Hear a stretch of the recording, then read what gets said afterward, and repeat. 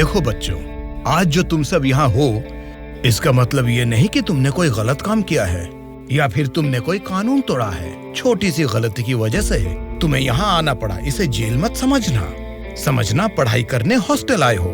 यहाँ से लोग पढ़ के टीचर, डॉक्टर, लॉयर बने हैं। अगर तुम लोग अच्छी तरह से पढ़ाई करोगे तो सरकार मुफ्त में शिक्षा देने के लिए तैयार है। इसलिए तुम में से कौन कौन क्या क्या पढ़ना चाहता है, तुम्हारे लक्ष्य क्या हैं? एक एक करके बताओ। सर, मेरा नाम कुमार है सर, मैं वकील बनना चाहता हूँ सर। गुड। कोर्ट में इंसाफ के लिए लड़ सकते हो तो जज भी जरूर बन सकते हो। समझ गया बेटा? बैठ जाओ। सर, मेरा नाम श्रावण है सर, मैं पुलिस वाला बनना चाहता हूँ। पुलिस बनने के लिए 10वीं भी काफी है, तो वहीं डिग्री पास करके IPS के लिए प्रिपेयर होके तुम SP भी बन सकते हो। ठीक है? तुम्हारा नाम क्या है बेटा? मेरा नाम सूर्या है सर। तुम फ्यूचर में क्या बनना चाहते हो? CM। GM क्या? GM नहीं सर, CM, चीफ मिनिस्टर।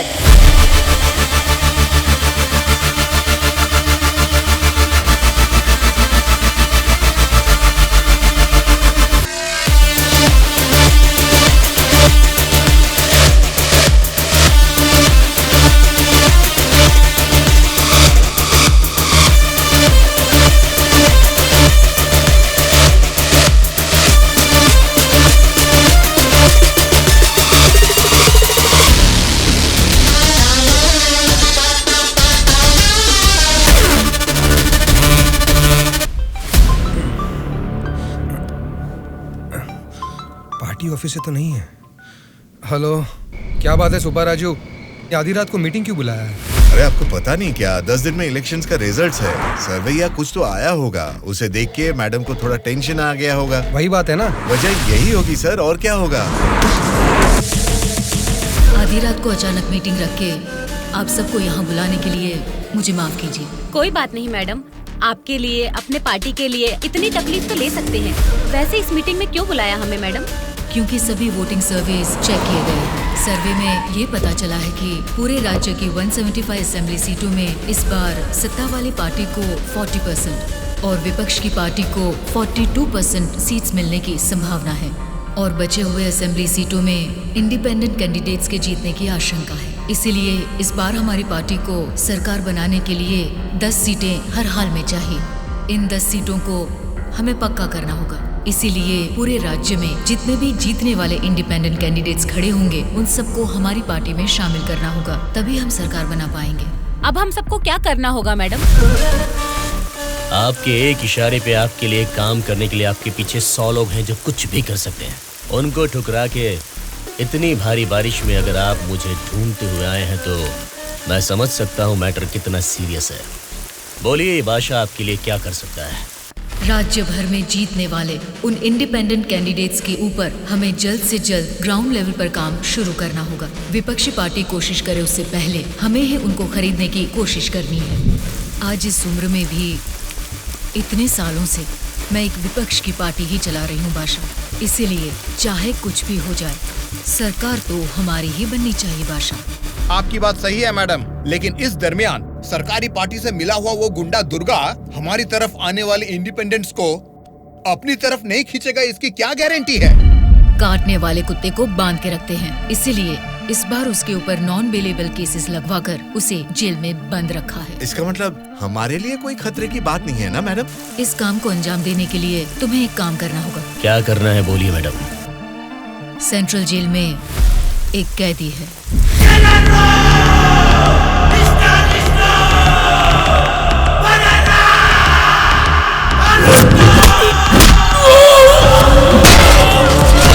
आठ 10 आदमियों को जेल भेजकर उसे मरवाना होगा। नाम क्या है उसका? दुर्गा।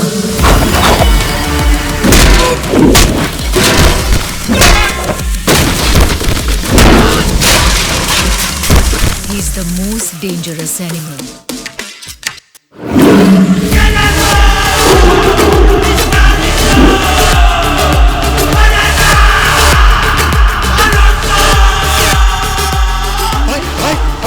कोई मार रहा है।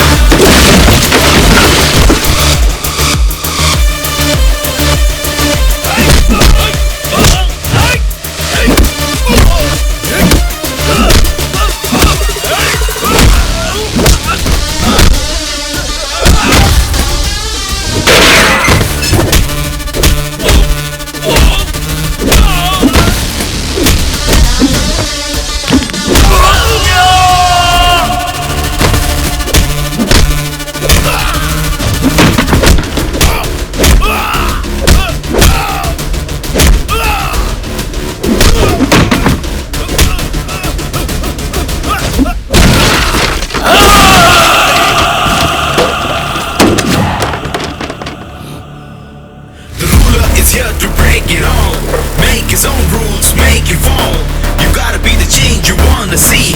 He's gonna be the ways you won't believe.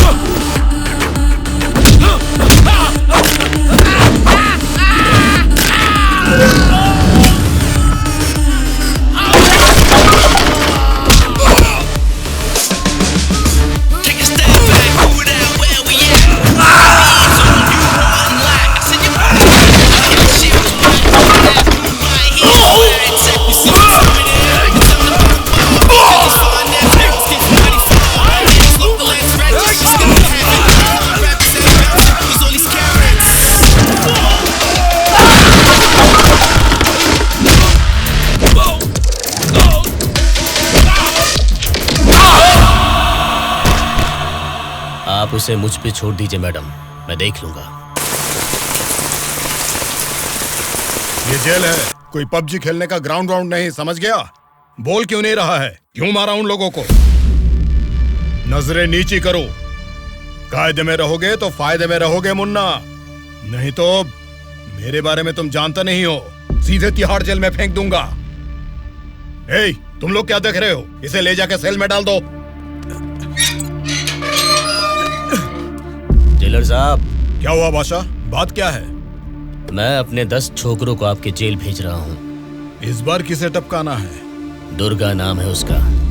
Durga बोले तो वो सरकारी पार्टी का आदमी है ना? हाँ साहब, वही है। उसको उड़ाने के लिए अपोजिशन वालों से कितना लिया है और उसमें मेरा कमीशन कितना है? हमेशा की तरह आपके अकाउंट में ट्रांसफर हो जाएगा। स्टेट में इस बार भी हमारी सत्ता आने वाली है, इसलिए कल मेरे फार्म हाउस पर आप सबके लिए एक पार्टी रखी है। Hello sir, CM sir. Central jail से जेलर मधुसूदन बोल रहा हूँ सर। आपको एक खास बात बताने के लिए ही मैंने फोन किया। क्या बात है, बोलो। जेल में आए हुए आपके लोगों को मारने के लिए अपोजिशन वालों ने सुपारी दिया है सर। अगर आपको आपके लोगों की जरूरत नहीं है तो मैं बीच में नहीं आऊंगा, लेकिन अगर आपको इनकी जरूरत अभी भी है तो अपनी जान पर खेलकर भी मैं उन्हें बचा लूंगा। अब आप बताइए, आप किन लोगों को मैं बचा लूं या फिर उनके हवाले छोड़ दूं? मुझे जरा 10 मिनट का टाइम दीजिए। ठीक है सर, मैं आपके कॉल का इंतजार करूंगा।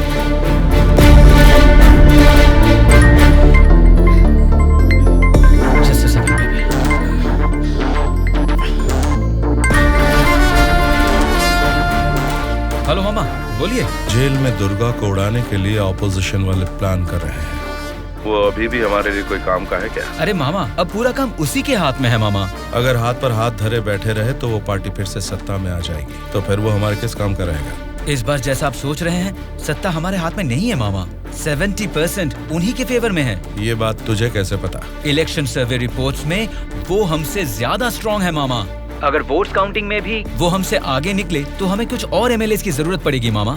अब उनको धमका के डरा के हमारी पार्टी में लाने के लिए हमारे लिए दुर्गा ही लास्ट ऑप्शन है मामा। And he is the most powerful weapon we have today. और हमारे धंधे में तो गधे को भी बाप बनाना पड़ता है। और हमें अगर गवर्नमेंट फॉर्म करना है तो किसी भी हाल में हमें दुर्गा चाहिए मामा। इलेक्शन रिजल्ट जब तक डिक्लेयर नहीं होते, जेल में मेरे आदमी का बाल भी बांका नहीं होना चाहिए। वो सब आप मुझ पर छोड़ दीजिए, मैं देख लूंगा। लेकिन आपके आदमियों को प्रोटेक्ट करना है तो बहुत बड़ा अमाउंट खर्च हो सकता है सर। वो मैं देख लूंगा।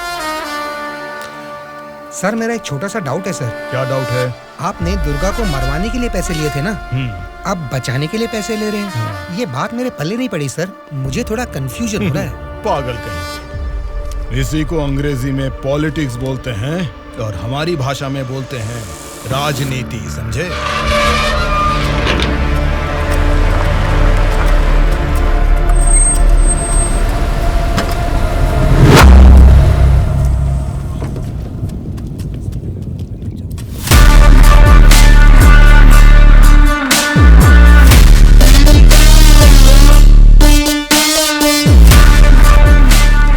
लोग फिर से जेल में आ गए ना। अब लगता है जेल में कोई बड़ा कांड होने वाला है।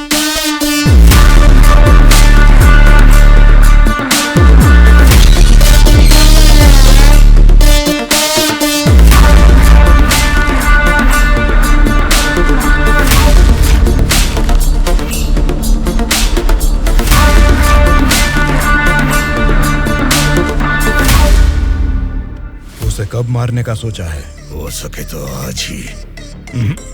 आज छोड़ देना, कल विजिटिंग आवर्स है, मुमकिन नहीं होगा। परसों मारने का प्लान बनाओ। ठीक है फिर।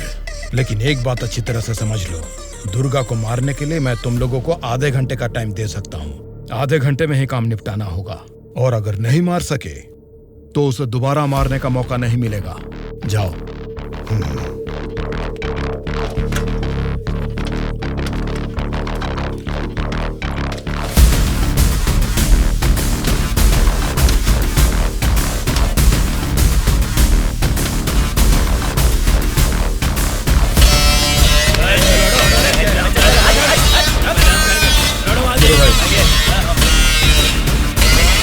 आगे चल। अल्लाह, ये सुना नहीं क्या?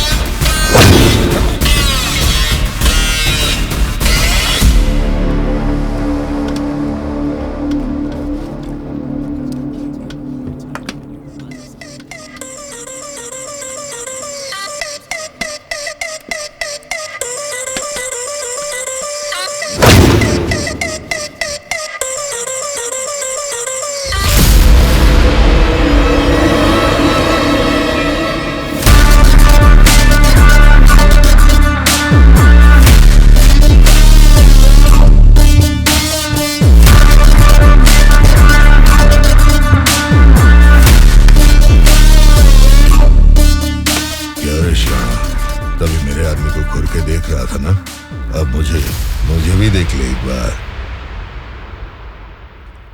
ए, बहरा है क्या? आंखें निकाल कर गोटियां खेलूंगा। ए, बोलना। तेरे से बात करे ला रे, समझ में नहीं आता भाई क्या बोल रहा है। ए, देखना, एक बार देख मुझे।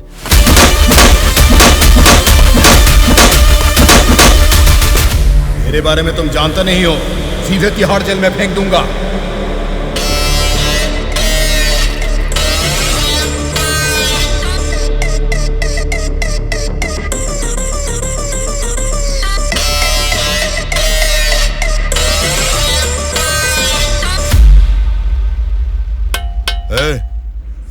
तुझसे मिलने कोई आया है, मिल ले।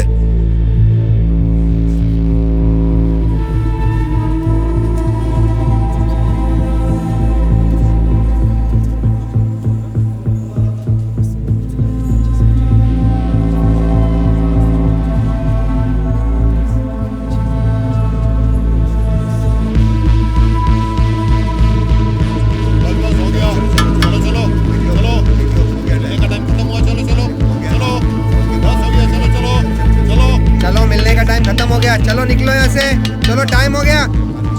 चल शिवा तू निकल, मैं बाद में ध्यान रख अपना।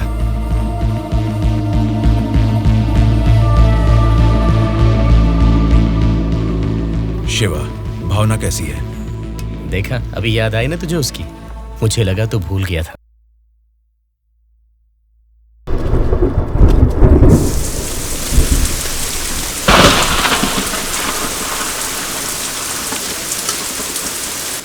दुर्गा वॉशिंग एरिया में है, बिना गड़बड़ किए उसे टपका देना।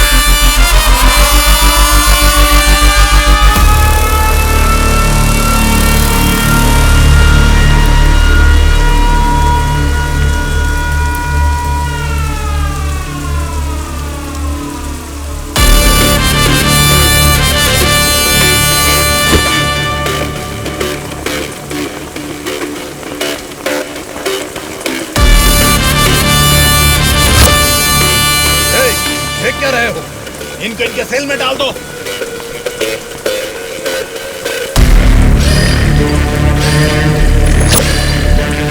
हाँ जेलर साहब। यो बादशाह, तुम और 10 लोगों को भेजोगे ना तो भी जेल में उस दुर्गा को नहीं मार सकोगे। क्या हुआ जेलर साहब? क्या हुआ है? तुमने जिन 10 लोगों को भेजा उन्हें उसने कुत्ते की तरह पीटा। मुझे तो लगता नहीं है उनमें से एक भी जिंदा बचेगा। आइंदा जेल के अंदर ऐसी बचकानी हरकत मत करना। जेल के बाहर ही निपटाओ। प्लानिंग जेल के बाहर करो। रखो फोन।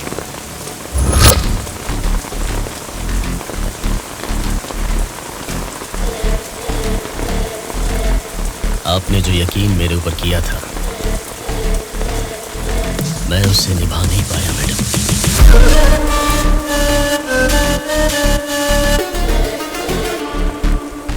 आप ये गन लीजिए मैडम। इस गन से मुझे अभी इसी वक्त यहीं पे मार दीजिए, नहीं तो मुझे एक और मौका दीजिए। मैं खुद जेल में जाकर उस दुर्गा को मारूंगा।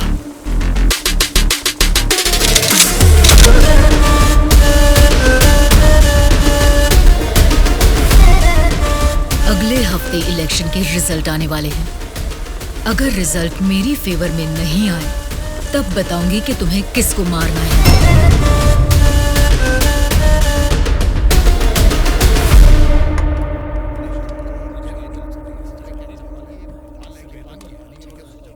मेरा नाम दुर्गा है।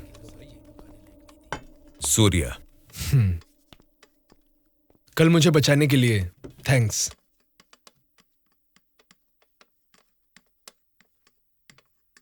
तुम्हारे बारे में सुना था, तुम किसी मर्डर केस में जेल आए हो।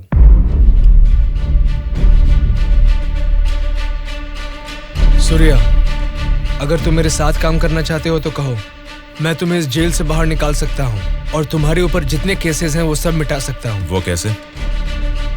मेरी सरकार में अच्छी जान पहचान है। अगर तुम हमारे साथ काम करना चाहते हो तो कहो, हमारी पार्टी सत्ता में आते ही तुम्हारे ऊपर से सारे केसेस हटवा दूंगा। तुम सच में मेरे ऊपर से वो केस निकलवा दोगे तो मैं तुम्हारे साथ मिलकर कुछ भी करने के लिए रेडी हूं। तो आज से हम दोनों फ्रेंड्स। हाँ।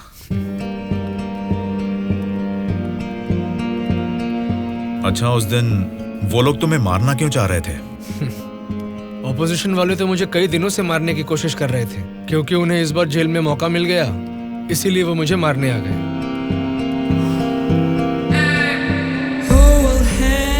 अगर उस दिन वो लोग तुम्हें मार देते तो? क्या होता, जेल में तुम्हारे जैसे अच्छे फ्रेंड को खो देता।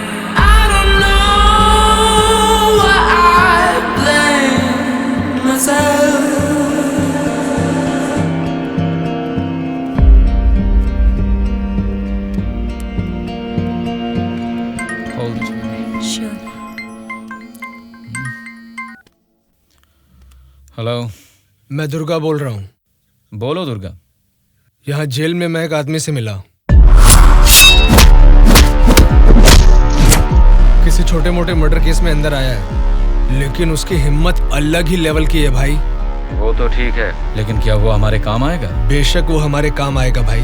ठीक है, इस बार इलेक्शन रिजल्ट्स अगर हमारे फेवर में नहीं आए तो तुम्हें बाहर आना पड़ेगा। ठीक है भाई। तब मैं मामा से बात करके तुम्हारे साथ उसको भी बाहर लाने का प्लान करूंगा।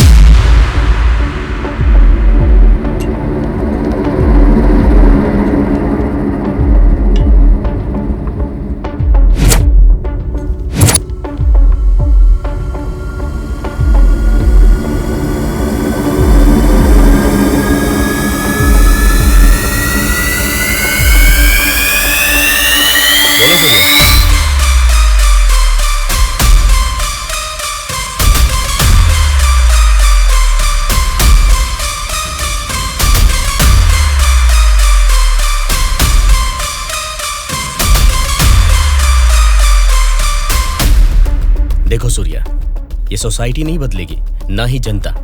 ये 100 साल के इतिहास में तुम्हें कभी लगा है कि वोट डालने का तरीका बदला है? हमें क्या लेना है सूर्या, मेरी बात सुन, ये सब अभी से छोड़ दे। देखो शिवा, जैसा तू बोल रहा है ये समाज नहीं बदला होगा, पब्लिक ने वोट देने का तरीका भी नहीं बदला होगा, लेकिन पब्लिक को पालने वाले नेता लोगों को हमें बदलना है यार। 40 दिन के इंतजार के बाद हुआ पर्दाफाश। जीते हुए उम्मीदवार जश्न मना रहे हैं तो हारे हुए उम्मीदवार उसकी वजह ढूंढने में जुट गए हैं। जनता के वोट ये बता रहे हैं कि उन्हें किसी से कोई बैर नहीं। दोनों मेजर पार्टियों को इलेक्शन में लगभग एक समान वोट मिले हैं। राज्य की पूरे 120 असेंबली सीटों में से सरकारी पार्टी को 48 सीट मिले हैं, वहीं ऑपोजिशन पार्टी को 52 सीट मिले हैं। बाकी 20 सीटें इंडिपेंडेंट एमएलएस को मिले हैं और वो ही तय करेंगे कि राज्य में सरकार किस पार्टी की बनेगी। अब उनमें से कितने लोग कौन सी पार्टी को समर्थन करेंगे, राज्य की सत्ता कौन सी पार्टी को जाएगी, ये सब जानने के लिए शक्ति परीक्षण होने तक सबको इंतजार करना ये होगा। क्या है सर, इस बार ऐसे कैसे हो गया? अब हम क्या करेंगे सर? इस बार भी गवर्नमेंट हमारी ही बनेगी।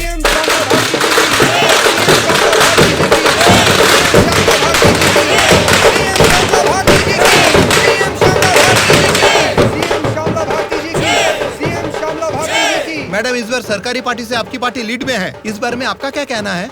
जनता को अब हमारे ऊपर यकीन आ गया है, इसलिए इस बार हमारी पार्टी लीड में है।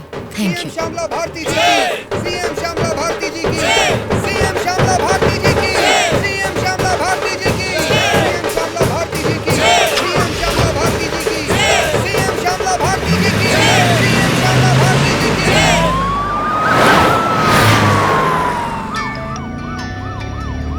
मैडम, सीएम राम मोहन राव जी का फोन आया है। बोलिए एक्स सीएम राम मोहन राव जी, कैसे लगे आपको इस बार के इलेक्शन के नतीजे? इस बार 4 सीट आपको ज्यादा मिली है, ऐसा सोचकर ये मत समझिए कि जीत आपकी हुई है। मिस श्यामला भारती जी, आपको सरकार बनाने के लिए आपकी पार्टी का और 10 एमएलएस की जरूरत है। अगर 10 एमएलएस को खरीद लिया तो भी 10 दिन के अंदर शक्ति परीक्षण के लिए उनका वहाँ होना बहुत जरूरी है। तो जाहिर है कि आपकी पार्टी को मेरी पार्टी से भले 4 सीटें ज्यादा आई है या मेरी पार्टी को 4 सीटें कम आई है, तो भी आखिर में असेंबली में आपकी जगह हमेशा की तरह विपक्ष में ही रहेगी। ये बात मत भूलिएगा मिस श्यामला भारती जी।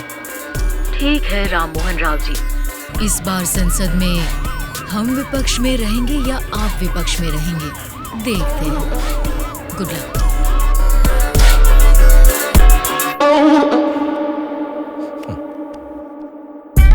ये जानते हुए कि हमारी पार्टी लीड में है, ये राम मोहन राव कॉन्फिडेंटली कह रहा है कि हमारी पार्टी जीत नहीं सकती।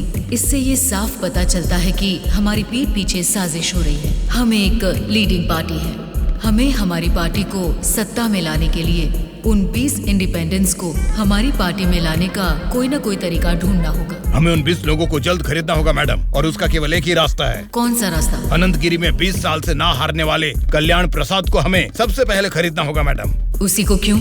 वही किंग मेकर है मैडम। जितने भी 20 इंडिपेंडेंट उम्मीदवार है वो सब उसी के हाथ में रहते हैं। तो फिर जल्द से जल्द बुलवाइए उसे। कल्याण प्रसाद को फोन करके कहो कि तुरंत मेरे फार्म हाउस पर आकर मुझसे मिले। ओके? ठीक है सर।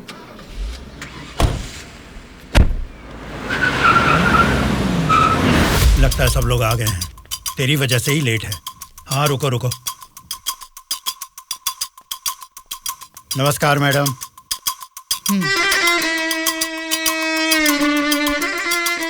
मैडम डायरेक्टली पॉइंट पर बात करेंगे, इससे दोनों का टाइम बचेगा। मैं भी सीधे पॉइंट पर आकर बात करूंगी। आपके 20 एमएलएस को हमारी पार्टी को समर्थन देना होगा। इसके लिए आपके एक एक एमएलए की कीमत बताइए।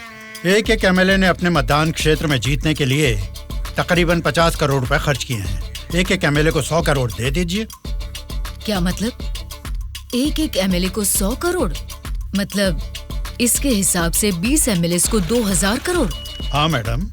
इतना क्यों? मार्केट में आजकल रेट बहुत बढ़ गए मैडम। एक जमाने में खाना पकाने का तेल 100 रुपए लीटर मिलता था और अब 230 रुपए हो गया है। फिर भी लोग खरीद रहे हैं ना। वैसे जनता के बारे में हम कुछ सोच रहे हैं क्या? नहीं ना। इसीलिए जैसे चीजों के दाम बढ़ गए हैं, वोटर्स ने भी अपने रेट बढ़ा दिए हैं मैडम। एक टाइम पे 1000 रुपए में मिलने वाले वोट अब 5000 में मिलते हैं। यहाँ कोई भी कैंडिडेट को देख के वोट नहीं डालता मैडम, वो वोट डालता है कैश देखकर ही। मतलब आपके एमएलएस को हमारी पार्टी को समर्थन देना है तो आपको 2000 करोड़ देने होंगे, सही कहा? 2000 करोड़ नहीं मैडम। तो फिर? 2500 करोड़। मतलब 2500 करोड़ रुपए? यस। वो 500 करोड़ किसके लिए? वो मेरा कमीशन है मैडम। आपका कमीशन 500 करोड़ है? जी मैडम, मैं आपको कोई प्याज टमाटर थोड़ी ना बेच रहा हूँ। इस राज्य की सत्ता 5 साल के लिए दे रहा हूँ आपको। इसके बदले में एक छोटी सी 500 करोड़ की रकम कमीशन लेने में कोई गलती नहीं है madam.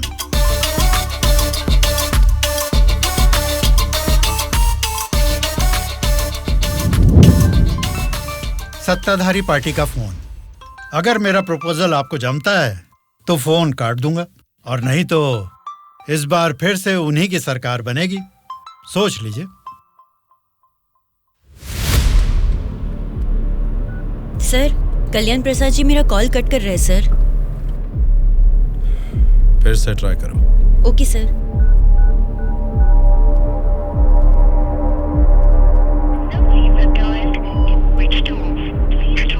Sir, phone switch off आ रहा है सर। ठीक है, उसे वॉइस मैसेज भेज दो। Okay sure sir. आपने 2500 करोड़ मांगे जो मैं दे रही हूँ। कोई गलती नहीं होनी चाहिए। शक्ति परीक्षण वाले दिन हमारे 20 एमएलए आपके पीछे दुम हिलाते हुए चलेंगे। आप जहाँ साइन करवाएंगी वहाँ करेंगे।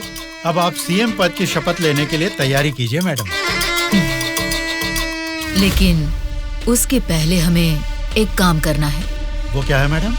आपने मुझसे हाथ मिला लिया है, ये खबर राम मोहन राव को जरूर पता चल जाएगी। हमें हमारे एमएलएस को सेफ रखना होगा। इसलिए उन सभी एमएलएस को राम मोहन राव से सेफ रखने के लिए मैंने बेंगलुरु में एक स्टार होटल पूरा बुक कर लिया है। शक्ति परीक्षण होने तक वो सारे उधर ही रहेंगे। आपके एमएलएस के साथ हमारे एमएलएस को भी मिलाकर उधर भेजेंगे तो वो सब साथ में वहाँ सेफ रहेंगे। आपकी बात सही है मैडम। पर उस राम मोहन राव के डर से सिटी से इतनी दूर बेंगलुरु में एमएलएस को रखने की जरूरत नहीं है मैडम। वो क्या है ना, शहर के बीचों बीच मेरे कंट्रोल में एक जगह है जिसके बारे में किसी को नहीं पता। ये 10 दिन हम अपने एमएलएस को वहीं छिपाएंगे तो टाइम भी सेव होगा और अपने लोग अपने ही साथ हैं ये भरोसा भी रहेगा। लेकिन उतनी सेफ प्लेस इस सिटी में कहाँ है? सॉरी मैडम, शक्ति परीक्षण होने तक उस जगह के बारे में मैं आपको भी नहीं बताऊंगा। ठीक है, फिर आपके एमएलएस के साथ हमारे एमएलएस को भी आपकी बताई हुई जगह पर भेजूंगी। देखना कोई भूल ना हो। Okay madam. सत्या। हाँ सर। सर, श्यामला भारती जी ने कल्याण प्रसाद जी को 2500 करोड़ में खरीद लिया। अब हमारी हालत क्या होगी सर? हमारी सरकार गिर गई क्या? सर, इलेक्शन में मैंने 100 करोड़ खर्च किया, अब मेरा क्या होगा सर? बताइए सर, क्या होगा सर? क्या होगा? बस चुप हो जाओ। परेशान होने की जरूरत नहीं है। शक्ति परीक्षण में अभी टाइम है। मैं जानता हूं मुझे क्या करना है। आपकी बात मुझे समझ आ गई। अभी मुझे क्या करना है बोलिए। अनऑफिशियली किसी भी हालत में दुर्गा मुझे जेल से बाहर चाहिए, चाहे जितने भी पैसे लग जाएं। तुरंत जेलर से बात करके काम को अंजाम दो। ठीक है मामा, पर एक रिक्वेस्ट है। बोलो क्या है? दुर्गा के साथ एक और आदमी को जेल से बाहर निकलवाना है मामा। कौन है वो? उसका नाम है सूर्या। उसकी गट्स, उसकी हिम्मत, वो अलग ही लेवल की है। हो सकता है, लेकिन किसी भी अनजान आदमी के ऊपर इस तरह से आंख मूंद कर भरोसा कैसे कर सकता हूं? ये स्टेट गवर्नमेंट का मामला है। अगर कुछ गलत हो गया तो मेरा पूरा पॉलिटिकल करियर खत्म हो जाएगा। मेरा यकीन कीजिए मामा, हमारे गवर्नमेंट को गिरने से बचाने के लिए इस ऑपरेशन में दुर्गा से ज्यादा वो ही एक्टिवली काम करेगा। ठीक है, अगर तुम उसकी इतनी तारीफ कर रहे हो तो काम खत्म होते इन दोनों को फिर से जेल में डाल दूंगा। मैं भी उससे जरूर मिलना चाहूंगा।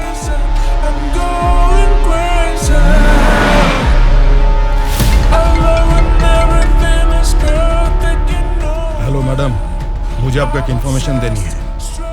हाँ बोलिए। जेल से दुर्गा भाग गया है, अपने एमएलएस को संभालिए।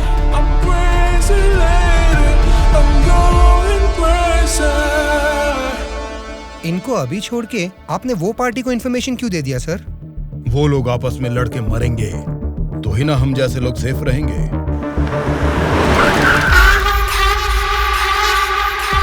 आज रात यहीं पे रुकना। कल सवेरे 8 बजे मामा से मीटिंग हो सकती है। कॉल आते ही यहाँ से निकल जाना। मैडम, कल रात ही मैंने अपने सभी लोगों को सेफ जगह पर शिफ्ट किया है और यहाँ वो सारे लोग बहुत ही एंजॉय कर रहे हैं। वो ठीक है, पहले मेरी बात सुनिए। बोलिए मैडम। सरकारी पार्टी वाले जेल से उस दुर्गा को बाहर लेकर आए हैं, ये इन्फॉर्मेशन आई है। मैं नहीं जानती तुम क्या करोगे। हाँ? लेकिन हमारे सभी एमएलए सेफ रहने चाहिए। मैडम, दुर्गा जैसे 10 लोग भी जेल से बाहर आ जाए ना तो भी हमारे एमएलए कहाँ है पता लगाना मुश्किल है। फिर भी सामने वाली पार्टी प्लान कर रही है तो इसका मतलब हमें संभल के रहना है। आप टेंशन मत लीजिए, शक्ति परीक्षण होने तक उनको ही नहीं आपको भी आपके एमएलए कहाँ है पता नहीं चलेगा। ऐसा प्लान किया है। ठीक है, जो भी करो संभाल कर। इलेक्शन रिजल्ट के बारे में इस बार भी मेरा अंदाजा गलत निकला। लगता है सत्ता हाथ से जाने वाली है। तुम दोनों को क्या करना है ये तुम सोचो, चाहे जितने पैसे खर्च हो जाएं। लेकिन उस श्यामला ने जिन 20 इंडिपेंडेंट एमएलएस को खरीदा है वो किसी भी तरह मुझे चाहिए। तुम लोगों का क्या प्लान है? बताओ क्या करोगे? उन सबको किडनैप करेंगे सर। किडनैप? हाँ सर। 20 एमएलएस को किडनैप करना तुम्हें स्कूल के बच्चों को किडनैप करने के जैसा लग रहा है क्या? 20 एमएलएस नहीं सर, ऑपोजिशन एमआईयू को मिलाकर पूरे 72 एमएलएस हैं सर। क्या 72 लोग? आपकी पार्टी से जीते हुए 48 एमएलएस के साथ पूरे 120 एमएलएस को आपके बेंगलुरु वाले फार्म हाउस में बिना बंदी बनाए इस बार आप सीएम नहीं बन सकते हैं सर। ऑपोजिशन एमएलएस तक तो ठीक है, लेकिन हमारे एमएलएस क्यों? वो तो हमारे ही लोग हैं ना। राजनीति में सब कुछ हो सकता है सर, सब कुछ जायज है। सत्ता का पलड़ा जिस तरफ है वो उस तरफ चले जाएंगे। यहां जीतने से ज्यादा सत्ता जरूरी है सर। अभी की सिचुएशन में अपने एमएलएस को हमें ही बचाना है सर, इसलिए हमें उनके साथ हमारे एमएलएस को भी बंदी बनाना ही होगा सर। तुम्हारा प्लान सुनने में तो ठीक ही लग रहा है, लेकिन ऑपोजिशन एमएलएस को किडनैप कैसे करोगे? यह मुमकिन है क्या? सत्ता की जंग हर कोई जीतना चाहता है, पर जीत सिर्फ एक की ही होती है और उसी को वीर कहते हैं। मैंने आपको जिसके बारे में बताया था ये वही है सर। तो जरा बताओ कि शुभ काम का मुहूर्त कब है? इस शुक्रवार को ही आपके सभी एमएलएस को बस में बिठा के दुर्गा को सौंप दीजिए। दुर्गा उनको बेंगलुरु हाईवे के एक ढाबे पर लेकर आएगा। इसी बीच ऑपोजिशन के सभी एमएलएस को किडनैप करके लाने का जिम्मा मेरा होगा। गुड। तुम्हारे प्लान के साथ तुम्हारा कॉन्फिडेंस भी मुझे अच्छा लगा।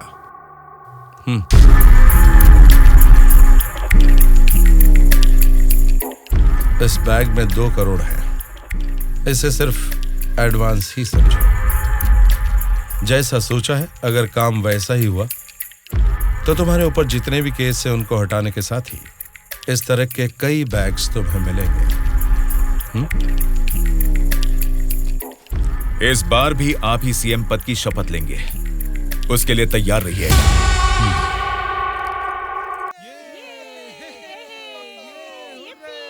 कल्याण प्रसाद के फोन का लास्ट कॉल लोकेशन कल रात 11 बजे का गुलजार हाउस में दिखा रहा था। तभी से लेके अब तक वो किसी के टच में नहीं है।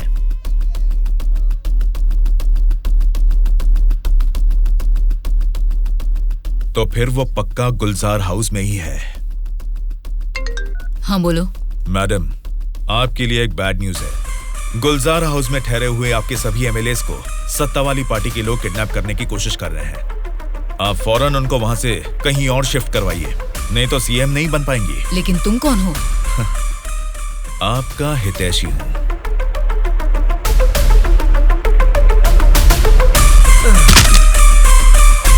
चलिए बैठिए आप लोग अंदर।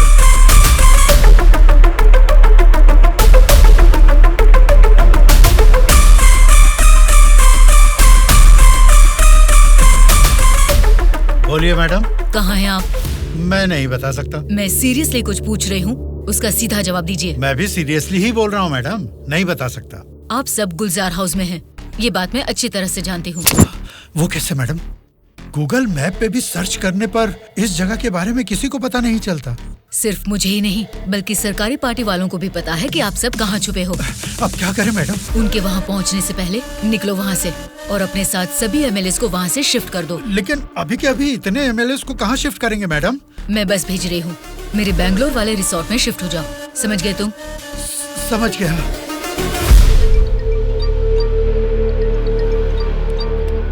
जी मैडम। बादशाह, तुम्हें मेरा एक काम करना होगा। बोलिए मैडम। हमारे सभी एमएलएस को हम अर्जेंटली एक बस से बेंगलोर रिसोर्ट में शिफ्ट कर रहे हैं। हमारी बस सेफली बेंगलोर पहुंचे तब तक तुम्हें उसे फॉलो करना है। ठीक है मैडम। तुरंत अपने आदमियों के साथ बेंगलोर हाईवे पर वेट करो। Okay madam.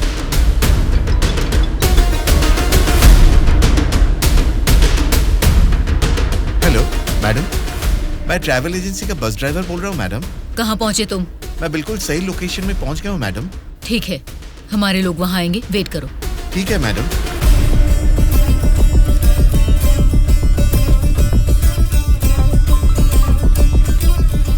हाँ बोलिए मैडम। बस आ गई है, आप सब तुरंत वहाँ से निकल जाइए। ठीक है मैडम। बस आ गई है, चलिए सब लोग बस में बैठिए।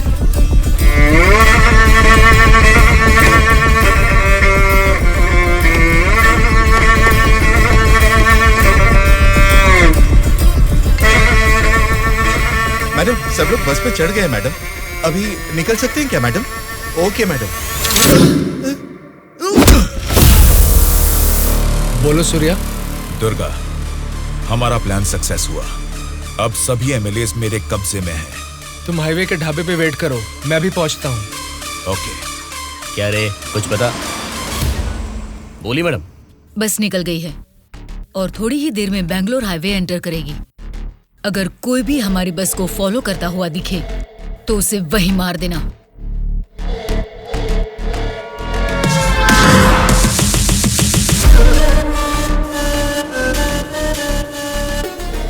मैडम, हमारे एमएलएस की बस अभी सामने से क्रॉस हो गई है। तुम ध्यान से हमारी बस को फॉलो करना, ठीक है? ठीक है मैडम। ए चलो रे।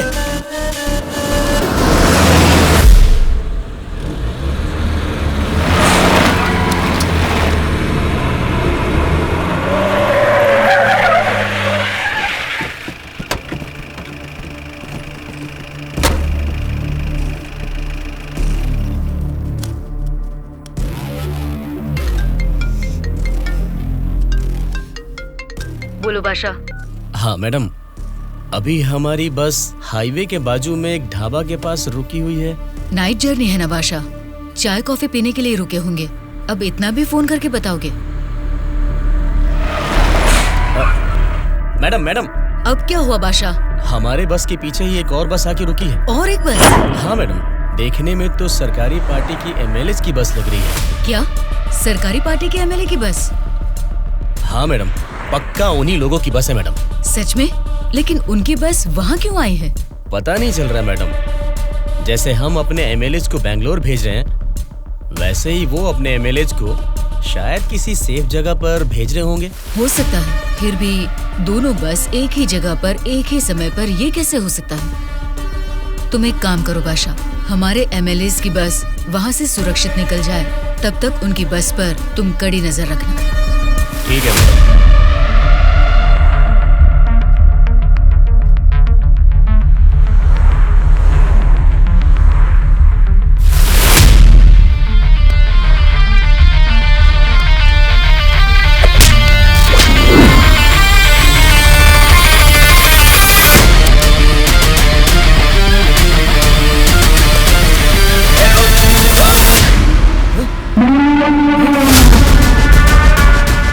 बोलो बादशाह। हमारे बस ड्राइवर ने सरकारी पार्टी के बस ड्राइवर दुर्गा को मार के उनकी बस को भी हमारे बस ड्राइवर ही ड्राइव करके ले जा रहे हैं मैडम। व्हाट? उनकी बस को हमारे ड्राइवर क्यों ले गए हैं? मुझे भी कुछ समझ में नहीं आ रहा मैडम। ठीक है, मैं अपने ड्राइवर को फोन करके पता लगा लूंगी। पहले तुम हमारी बस को फॉलो करो। Okay madam. Hello madam. Anwar, क्या कर रहे हो तुम लोग? कुछ लोग आके मुझे मार के हमारी बस को लेके गए मैडम। बोली मैडम। बादशाह, वो लोग अपने ड्राइवर नहीं हैं, कोई क्रिमिनल्स हैं। उनका पीछा करो। Stop them right now. ठीक है मैडम।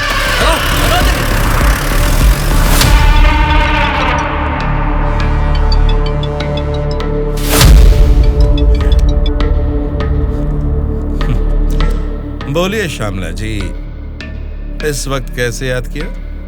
बड़े रिलैक्स्ड मूड में लग रहे हैं आप। एक शॉकिंग न्यूज सुनाऊं आपको? बताइए, क्या है वो?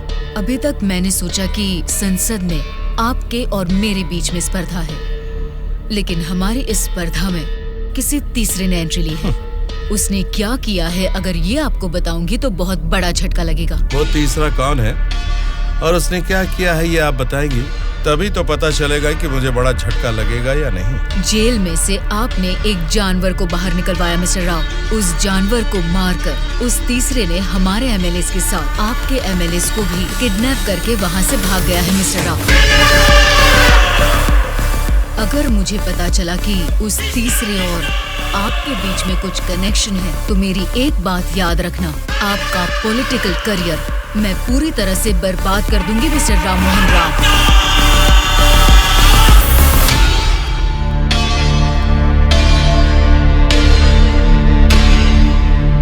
क्या हुआ मामा? उस दुर्गा को कॉल कर।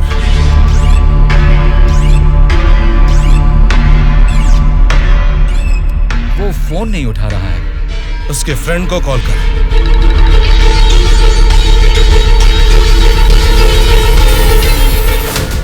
मेरे पॉलिटिकल करियर में ये फर्स्ट टाइम है जब मैंने किसी पर यकीन करके धोखा खाया। बोल, कौन है रे तू? बोला था ना, ये सत्ता की जंग हर कोई जीतना चाहता है, लेकिन किसी एक को ही जीत मिलती है, उसी को वीर कहते हैं। अब वो जंग शुरू हो चुकी है। वीर कौन है और वो जंग किस मकसद से कर रहा है, आगे आगे तुमको सब समझ में आएगा। तब तक के लिए वेट एंड सी।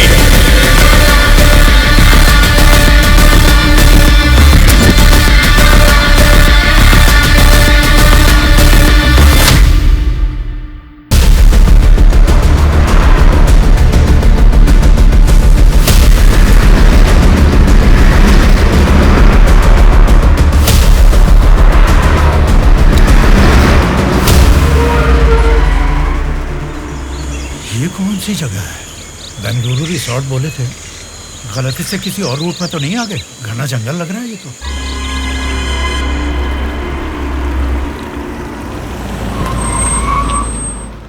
सर, वो क्या है कि तुम पर भरोसा करके काम सौंप दिया, इसके लिए तो मुझे खुद को जूते मारने चाहिए।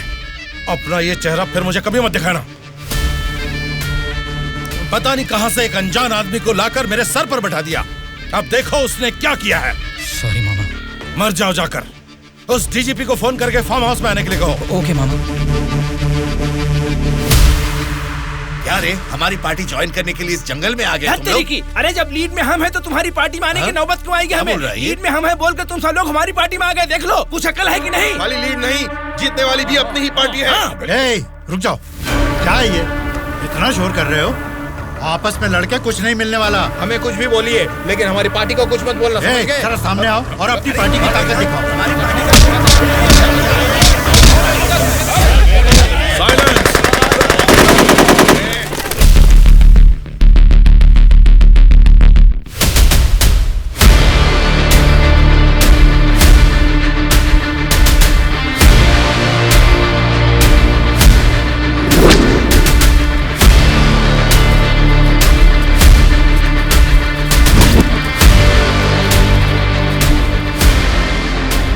क्या सोच रहे हो? जैसे जी में आ रहा चिल्ला रहे हो, अपनी मर्जी से आपस में लड़ रहे हो।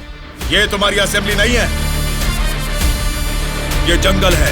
मेरा जंगल, मेरा जंगल, मेरा जंगल।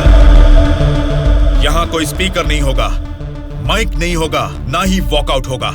हम सब हाईवे से तकरीबन 250 किलोमीटर की दूरी पर घने जंगल में हैं। बेटा, तुम लोग नेक्सलाइस्ट हो, माओइस्ट हो, टेररिस्ट हो? कौन हो बेटा तुम लोग? वो सब कहां से पैदा हुए हैं? तुम जैसे लोगों की गलती से ही वो लोग पैदा हुए हैं। बेटा, तेरी बात मैं मानता हूँ, लेकिन मैं शुगर पेशेंट हूँ। टाइम पर खा के अगर मैंने दवा नहीं लिया तो मेरी बॉडी कांपने लग जाती है बेटा। तुम हेल्थ मिनिस्टर हो ना? हाँ बेटा। तुम्हारे पास बड़े हॉस्पिटल्स हैं, फिर भी तुम्हें ये सब बीमारियां हैं, तो तुम पब्लिक का भला कैसे करोगे? बेटा, हमारे पेट में चूहे दौड़ रहे हैं, पहले कुछ खाने के लिए तो दे दीजिए।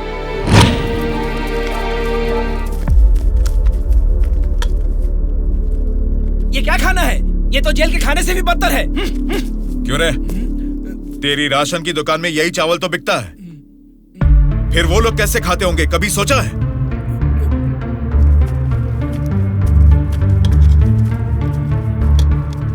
बस बेटा बस, चावल खाने में कमी ही करनी चाहिए, ज्यादा नहीं खाना चाहिए। अच्छा, तो फिर इतनी जायदाद कैसे बना ली? उसमें भी तो कमी कर सकते थे, पर उसमें तो करोगे नहीं। देखो बेटा, तुम्हारी बातें और करतूतें तो कमाल की हैं, लेकिन कमी है तो बस चेहरा नहीं दिखाया तुमने। जरा वो भी दिखा दो। तुझसे देखा नहीं जाएगा। बाप रे, इतना डरावना है तुम्हारा चेहरा? तो फिर देखो। हाँ तो फिर दिखाओ ना।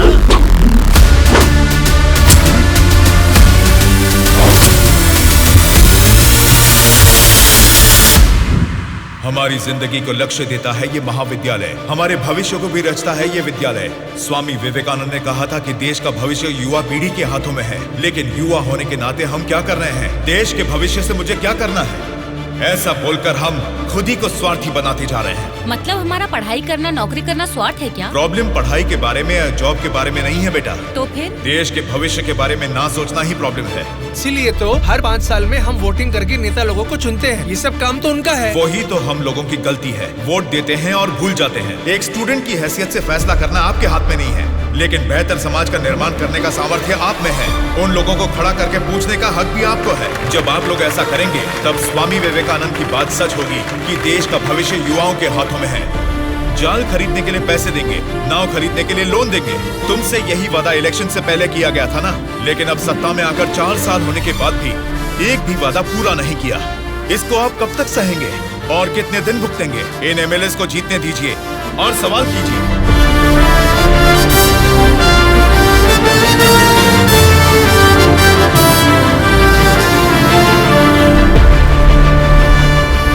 18 साल की उम्र होने के बाद ही हमारे देश में मतदान का हक क्यों दिया जाता है जानते हो? ताकि हम एक सही नेता को चुन सके। लेकिन हम क्या कर रहे हैं? हम बिना सोचे समझे और उनसे पैसे लेकर वोट डाल रहे हैं। अगर ऐसा ही चलता रहा तो कल को आपके बच्चे और फिर उनके बच्चे, हर किसी को इसी तरह की परेशानी होगी। हमें अब बिना सोचे समझे और पैसे लेकर वोट डालने की इस प्रथा को खत्म करना ही होगा। और अगर हमने ऐसा नहीं किया तो सबका नाश निश्चित है। आने वाली पीढ़ी को हम ये बताएंगे कि वोट की जो ताकत है उससे सरकार बदल सकते हैं। जनता की सच्चाई। स्टूडेंट सर, आजकल जनता के सामने समाज के बदलाव की बातें करते रहते हैं सर। आजकल ये फैशन हो गया है सर। ठीक है ठीक है।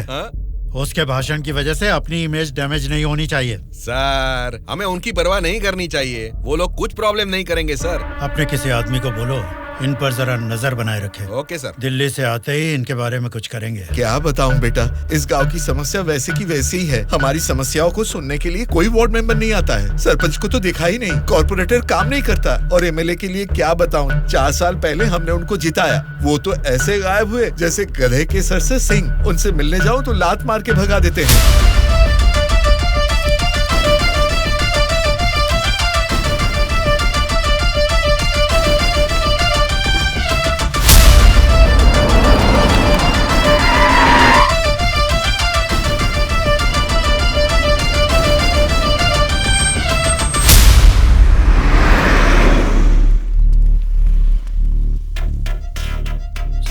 हाँ सर।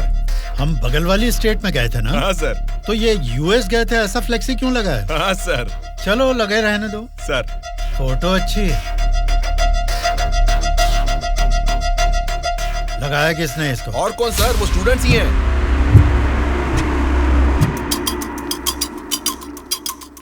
इन पोस्टर्स को देखकर वो एमएलए पक्का रिएक्ट करेगा। रिएक्ट तो करेगा, पर कैसे रिएक्ट करेगा वो पता नहीं चल रहा। जैसा भी रिएक्ट करें, कोई भी प्रॉब्लम आने तो हम सबका सामना कर लेंगे साथ में। जैसा आपने सोचा वैसा नहीं होगा। शक्ल से तो पढ़े लिखे लगते हैं, पढ़ाई की है तो नौकरी, अच्छी नौकरी कर लेते। ऐसे पेस्ट लगा के पोस्टर लगाने की गंदी हरकतें क्यों कर रहे हैं आप लोग? ये पॉलिटिक्स के चक्कर में क्यों फंस रहे हैं? ये एक दलदल है, एक बार इसमें उतर गए ना तो फिर इससे बाहर नहीं निकल पाओगे। समझ गए ना? मतलब आपकी नजर में वोटर की कोई वैल्यू नहीं? अरे बहुत सही कहा आपने। आपकी नजर में वोटर की बड़ी कीमत है, लेकिन हमें वोट की कीमत पता है। यही फर्क है आपकी और हमारी सोच में। एक बार वोट मिल गया ना, फिर वोटर को कौन पूछता है? 5 साल के लिए हम ही राजा, हम ही मंत्री। मतलब आपसे सवाल करने वाला कोई नहीं है क्या? अब तुम ही बताओ, जो लोग पैसा लेकर वोट डालते हैं उनको सवाल पूछने का अधिकार है? अभी जो भी हो रहा है वो इलेक्शन नहीं है, कलेक्शन है। हम वोट कलेक्ट करेंगे, वो पैसे कलेक्ट करेंगे। एक एक वोट का 5000, 1.5 लाख वोट हैं, मतलब 75 करोड़। उसके साथ दारू, बिरयानी, नाच गाना, पोस्टर, पब्लिसिटी, इनके अलावा हमारे नेता को मिलने वाले गिफ्ट्स। बाप रे, तकरीबन 150 से 200 करोड़ खर्च होता है। अब इस खर्चे को प्रॉफिट में बदलना है, 200 करोड़ का 1000 करोड़ बनाना है। ये सब करने में ही 5 साल निकल जाएंगे। फिर जनता की सेवा करने का टाइम कहाँ रहेगा? वैसे वोट बेचने वाले की हम सेवा क्यों करें? उसको पूछने का हक नहीं है, क्योंकि उसने तो अपना वोट बेच दिया है। इसलिए मैं तुम लोगों को आखिरी बार बोल रहा हूँ, सड़क छाप गुंडागर्दी से जिंदगी शुरू की थी, अब स्टेट मिनिस्टर हूँ। मुझे फिर से गुंडा बनने पर मजबूर मत करो। इलेक्शन नजदीक आ रहे हैं। पिछली बार वोट के लिए 5000 मांगे थे, इस बार 10,000 मांगेंगे। हमें इसके लिए तैयार रहना है। यहाँ वोट के लिए ही नहीं, सीट के लिए भी पैसे देने हैं। पार्टी हाईकमांड मेरी परवाह नहीं करेगी तो मुझे बहुत दिक्कत हो जाएगी।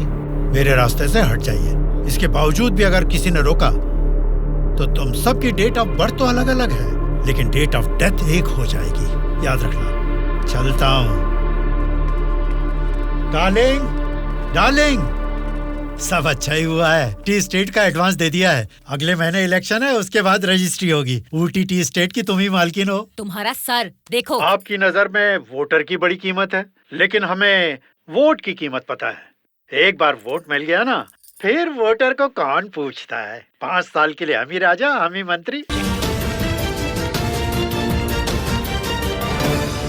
आज की ब्रेकिंग न्यूज, हम आपके सामने एमएलए कल्याण प्रसाद जी की बेईमानी का खुलासा करने वाले हैं। टीवी देखिए सर। जो लोग पैसा लेकर वोट डालते हैं उनको सवाल पूछने का अधिकार है। अभी जो भी हो रहा है वो इलेक्शन नहीं है, कलेक्शन है। तो तुम सबकी डेट ऑफ बर्थ तो अलग अलग है, लेकिन डेट ऑफ डेथ एक हो जाएगी, याद रखना।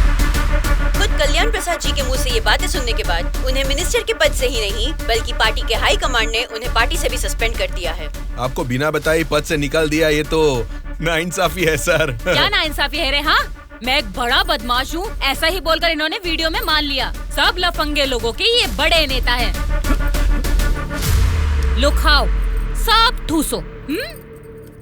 और काम भी क्या है? खाना और सोते रहना, और बचा ही क्या है? बाप रे बाप, कितने सपने दिखाए थे। ऊटी में टी स्टेट लूंगा, कर्नाटक में कॉफी स्टेट लूंगा, अगले इलेक्शन में जीतूंगा तो मैं होम मिनिस्टर बनूंगा, तुम होम मिनिस्टर की बीवी बनोगी, बाद में सीएम और मैं सीएम की बीवी।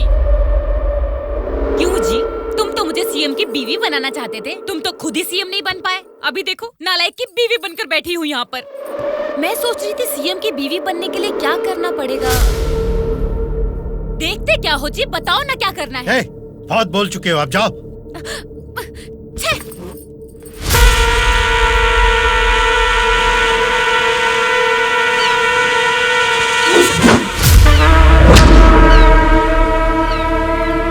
अरे क्या कर रहा है? निकाल उसे। माफ कीजिए सर, अपने लोग हैं, मछली पकड़ना सीख रहे हैं, गलती से आपके ऊपर गिर गया, आप जाइए सर।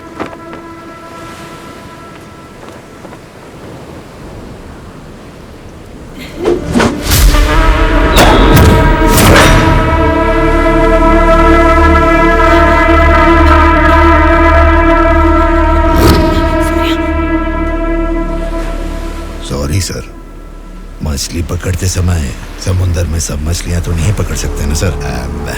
हमारे हाथ में आई हुई मछली पकड़ेंगे, गलत मत समझिए। अब जाइए।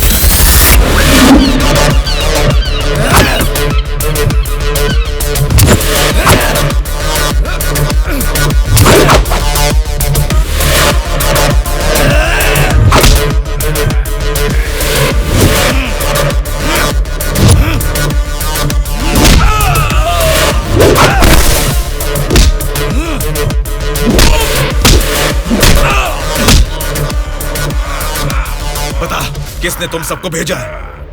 बता, जल्दी बता।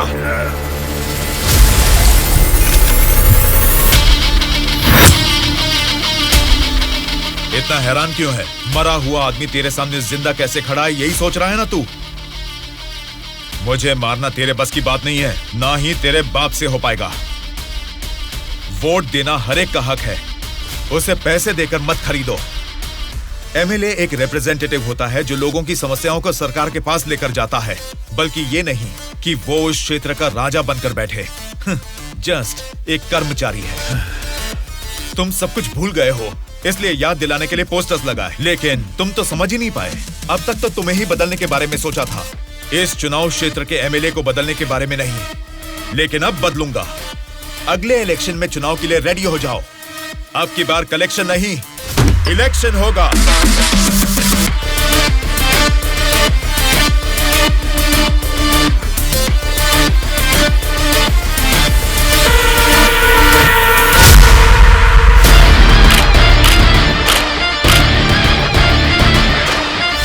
Vote for Vinay, vote for Vinay. इसका नाम विनय है। अब हमारे चुनाव क्षेत्र से इंडिपेंडेंट उम्मीदवार के रूप में कल्याण प्रसाद जी के सामने खड़ा हो रहा है। यही पैदा हुआ है, आपकी तकलीफें जानता है, पैसे देकर आपका वोट नहीं खरीदेगा, लेकिन आपके द्वारा डाले गए हर एक वोट को इंसाफ दिलाएगा। इसे जिताकर तुम सब जीतना चाहते हो या फिर उस कल्याण प्रसाद को वोट डालकर अगले 5 साल के लिए गुलाम बनकर जीना चाहोगे? ये आपकी मर्जी है। भैया अभी तक पैसे लेके वोट देते थे, लेकिन अब भले काम के लिए वोट देंगे हम। अभी तक हमें कोई ऐसा नहीं मिला जो हमारा साथ दे। आप खड़े हो भैया, इस बार हम वोट आप ही को देंगे।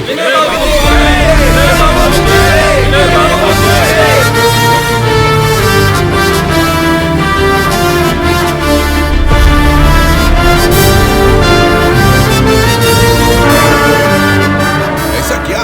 यहाँ आप लोग बैठकर ताश खेल रहे हैं और वहाँ आपके सामने दूसरा लीडर खड़ा हो रहा है। देखो, पैसे लेकर वोट डालने वाली जनता के रहते हैं, इनकी परवाह नहीं करनी है। आपका बोया हुआ पेड़ आपको ही छांव देगा। आपका डाला हुआ वोट भविष्य का फैसला करेगा। अब किसे वोट देना है ये आप ही तय कीजिए।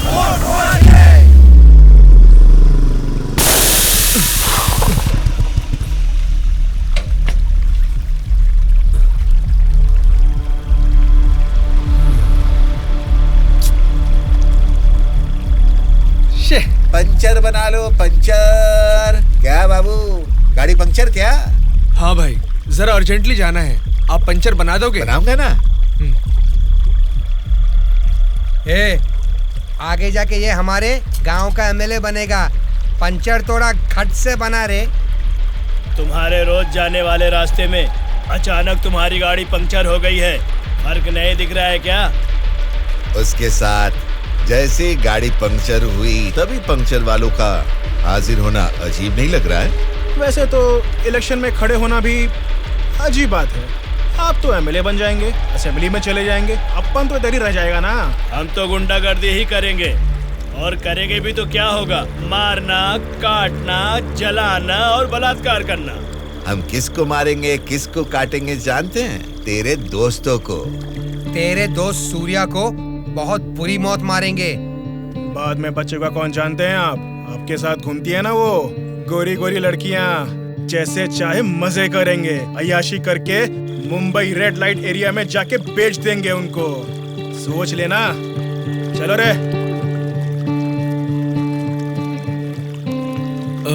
आप सबको कुछ बताना चाहता हूँ, लेकिन आप लोग गुस्सा मत होना। तो फिर तुम वो बात ही क्यों कर रहे हो जिससे गुस्सा है?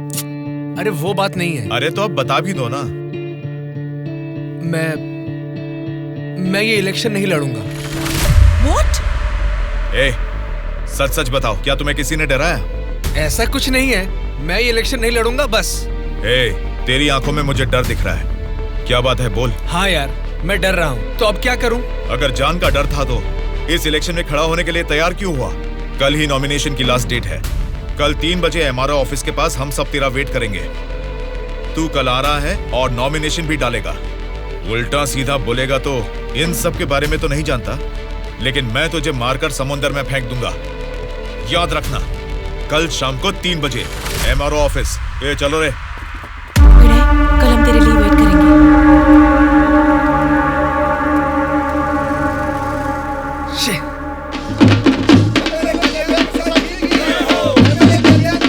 पता नहीं कहाँ रह गया। अपने आप को समझता क्या है वो? Phone is not reachable, message भी नहीं जा रहा।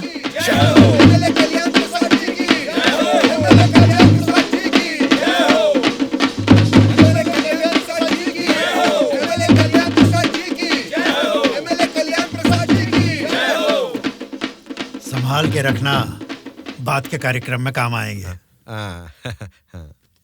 नमस्कार वोटर महाराज, आपके अनमोल वोट आप मुझे ही देंगे। देंगे ना? आप ही देंगे। अच्छा मुहूर्त निकलने से पहले नॉमिनेशन करके आता हूँ। नमस्ते।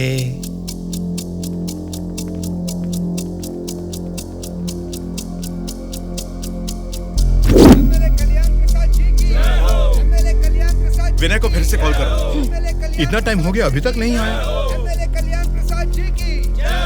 छोटे भाई, आपका कैंडिडेट अभी तक नहीं आया ना? राहु काल शुरू हो चुका है।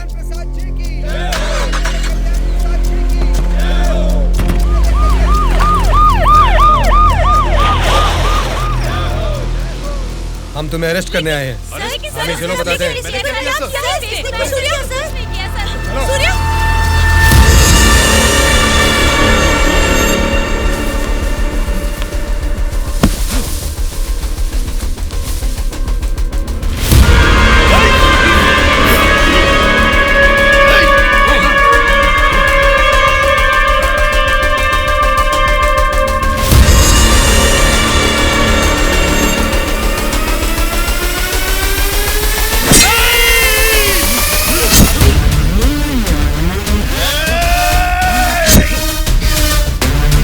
क्या हो रहा है सर?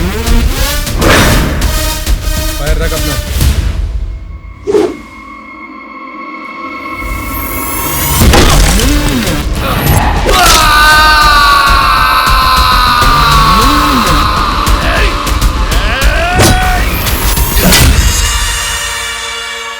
पकड़ रहे इसे।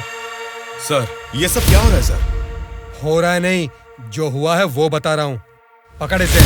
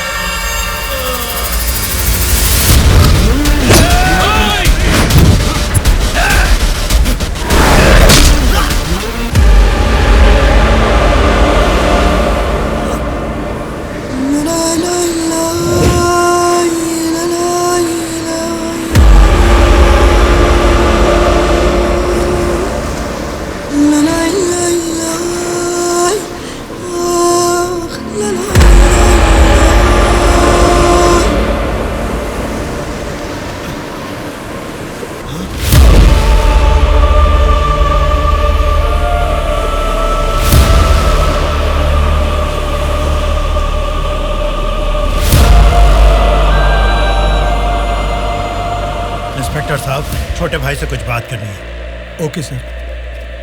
छोटे भाई, खुद को ही अकलमंद समझते हो, तुम्हारे रेंज की नहीं है, फिर भी मेरी थोड़ी सी अकल है। तुम्हारे इस्तेमाल किए हथियार को मैंने भी यूज किया, सोशल मीडिया। कल ही नॉमिनेशन की लास्ट डेट है। तू कल आ रहा है और नॉमिनेशन भी डालेगा। उल्टा सीधा बोलेगा तो, लेकिन मैं तुझे मारकर समुद्र में फेंक दूंगा। छोटे भाई, पॉलिटिक्स मतलब एक ऐसा समंदर जिसपे सफर के लिए शिप चाहिए या तो फिर बोट। तुमने खाली हाथ तैरना चाहा तो बीच समंदर में डूब जाओगे। तेरे जैसे नालायक को ही बोट और शिप की जरूरत पड़ती है, मुझे जरूरत नहीं है। मैं तुझे पीछा करके शिकार करके पकड़ूंगा, क्योंकि मैं एक शार्क हूँ, समझा? वो सही में शार्क निकला। पीछा किया, शिकार किया, और अब क्या करेगा? हे, चलो यहाँ से। हाँ, चलो चलो जल्दी चलो। निकलो। हाँ, चलो जल्दी चलो भाई, चलो। कुछ भी कहो यार, मौसम तो बहुत लाजवाब लग रहा है। पेट में बहुत गड़बड़ है, लगता है इधर ही बैठ के आ जाएगी। भाई इस उम्र में भी तू टाइम पे हल्का हो जाता है, मतलब तेरा हेल्थ तो एकदम सुपर है मेरे भाई। अरे मेरा पेट गड़बड़ चल रहा है यार। मारे मर रहा हूँ, ऊपर से तुम लोग गोली चला रहे हो। तेरी गोली से हम लोग डरने वाले नहीं है, समझा? ठंडे ठंडे पानी से नहाना चाहिए, जाना है या नहीं? तू पागल हो गया क्या? कोई अपना लीज खुला छोड़ के नहाता क्या? मैं तो डर ही गया। मेरे लीज पे बुरी नजर डालता है। घर में बाप भाई है कि नहीं? अभी भी तेरा लीज जीत रही है, एनाकोंडा नहीं बना पाया। तुम लोगों को लीच और एनाकोंडा में फर्क नहीं समझता है क्या? लीच हो या एनाकोंडा हो, बीन बजाने से भी कोई फर्क नहीं पड़ने वाला है। अरे इस जंगल में बीन ठीक से नहाने भी नहीं देता है, ठीक से हल्का भी नहीं होने दिया, गोलियां पे गोलियां चलाया जा रहा है। ये क्या हाल हो गया हमारा? एक नहीं, दो नहीं, पूरे 120 एमएलएस को प्री प्लान तरीके से किडनैप करके ले गया है।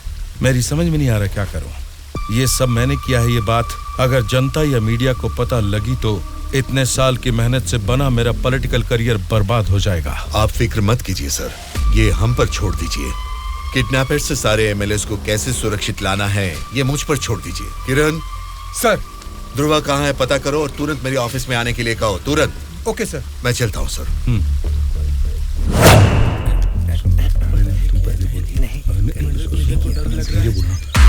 मुझे तो डर लग रहा है। तुम ही बोलो बेटा। क्या है? आपके बारे में सब कुछ पता चल गया बेटा। सच में नाइंसाफी हुई है। मैं सच बोल रहा हूँ, लेकिन गलती तो उसने की है। फिर हम लोगों को यहाँ लेकर क्यों आए हो बेटा? चाहिए तो उसको अकेले रख लो और हम लोगों को छोड़ दो बेटा। ठीक है, तुम लोग कह रहे हो तो मैं तुम्हें छोड़ दूंगा। उससे पहले मैं तुम सबसे 3 सवाल पूछूंगा। अगर तुमने सही जवाब दिया तो मैं तुम सबको आज ही छोड़ दूंगा। पहला सवाल, आप में से सनी लियोन को कितने लोग जानते हैं? क्यों नहीं जानते सर, वो तो मेरी पसंदीदा फिल्म स्टार हैं। उसे देखे बिना मुझे नींद ही नहीं आती, समझे? दूसरा सवाल, पूजा हेगड़े को कितने लोग जानते हैं? पूजा हेगड़े का मैं बहुत बड़ा फैन हूँ बेटा। एक चुम्मा, एक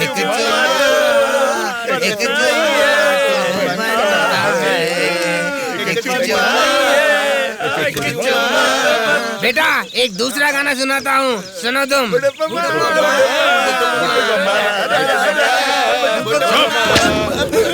तीसरा सवाल, नारायण स्वामी को कितने लोग जानते हैं? भाई नारायण स्वामी ना, उनका व्रत मैं हमेशा रखता हूँ। तुम सनी लियोन को जानते हो? पूजा हेगड़े ने कितने एक्टर्स के साथ डांस किया ये भी जानते हो? लेकिन जनता के लिए अपनी जान भी कुर्बान करने वाले नारायण स्वामी को नहीं जानते। कौन है बेटा वो? कोई देवता है क्या? हाँ, देवता ही है, लेकिन मंदिर में रहने वाला देवता नहीं, जनता के दिल में रहने वाला देवता, नारायण स्वामी।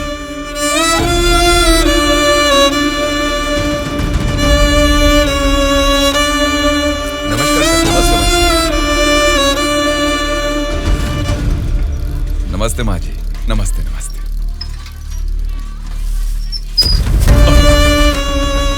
ये क्या किया बहन जी?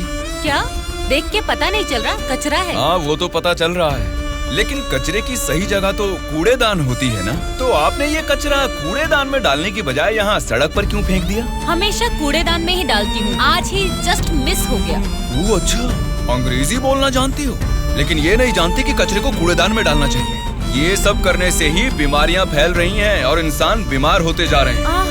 जरा उधर देखिए, कूड़ेदान में पूरा कचरा भरा हुआ है। उसे निकालने वाला म्युनिसिपैलिटी से कोई भी दिखाई नहीं दे रहा। 1 हफ्ते से बोल रहे हैं कि आएंगे, लेकिन अभी तक कोई नहीं आया। और तुम कह रहे हो कि मेरे कचरा फेंकने से बीमारी आ जाएगी? हाँ?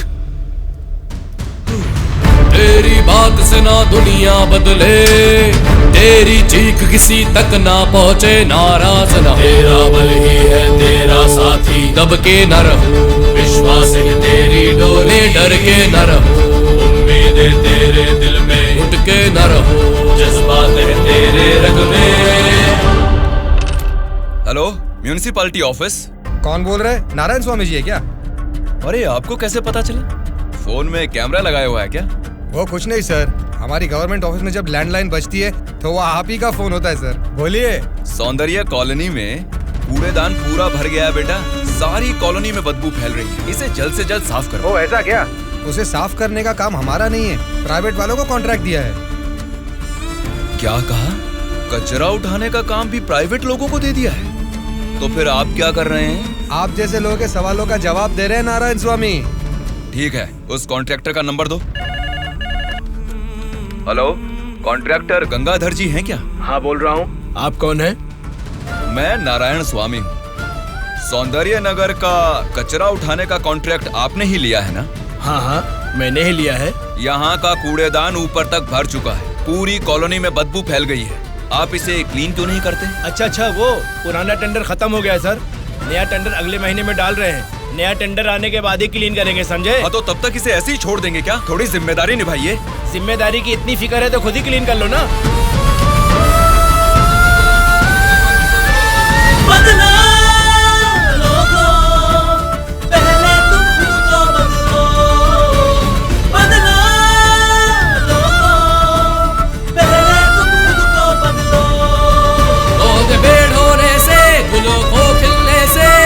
रोके दबना ऐसा धरती में कोई, सूर्य को उगने से, बरखा को गिरने से, रोके जन्मा ऐसा धरती में कोई।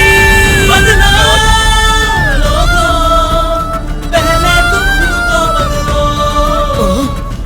अरे ये क्या कर रहे हो? मैंने अभी सफाई की है। तुम्हें पेशाब करने के लिए यही जगह मिली? वहाँ सामने ही पब्लिक बाथरूम है, वहाँ जाके करो। मैं हमेशा से यहीं पे सुसु करता हूँ। कल से यहाँ पर मत करना। सिर्फ कल ही नहीं करूँगा, परसों भी और आगे भी यहीं पे करता रहूँगा।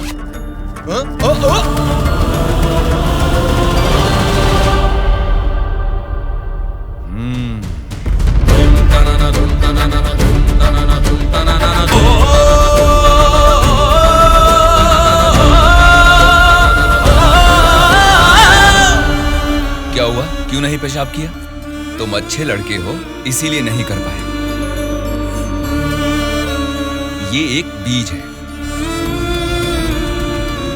ऐसे क्या देख रहे हो? इसको फेंक दोगे तो मिट्टी में मिल जाएगा, लेकिन अगर इसे बो दोगे तो उसी मिट्टी को फाड़कर ये जल्द ही पौधा बन जाएगा।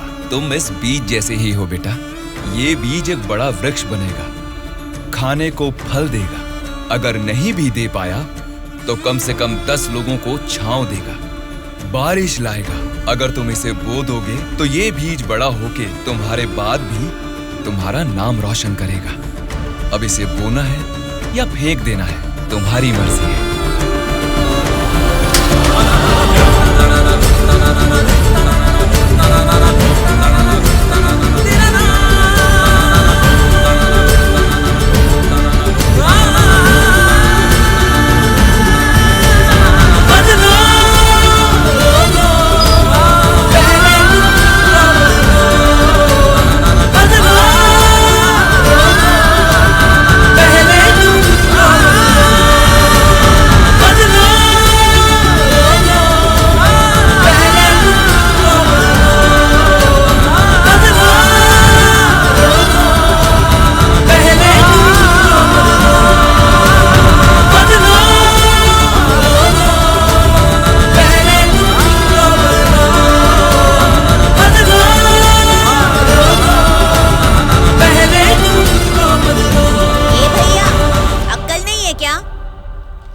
यहाँ इतनी सफाई है, यहाँ सुसु क्यों कर रहा है? वहाँ पब्लिक टॉयलेट है, उधर जाके सुसु करना। अरे वहाँ जाके हल्का होने का 2 रुपए लेते रे, पीने का पानी 1 रुपए रे, और हल्का होने के लिए 2 रुपए कहाँ से लाऊं मैं?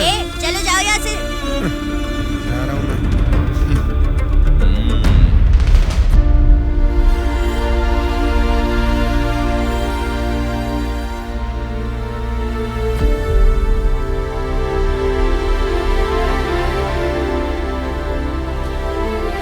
बेटा, राष्ट्रीय झंडे को उल्टा नहीं लगाते, गलत बात। राष्ट्रीय झंडे को ऐसे लगाते हैं, ऊपर केसरी, नीचे हरा। चलो झंडा फहराओ। क्या सोच रहे हो? तुम्हारा बोया हुआ बीज ही नहीं, मेरा बोया हुआ बीज भी बढ़ने लगा है, जल्द ही पेड़ बन जाएगा। चलो फहराओ।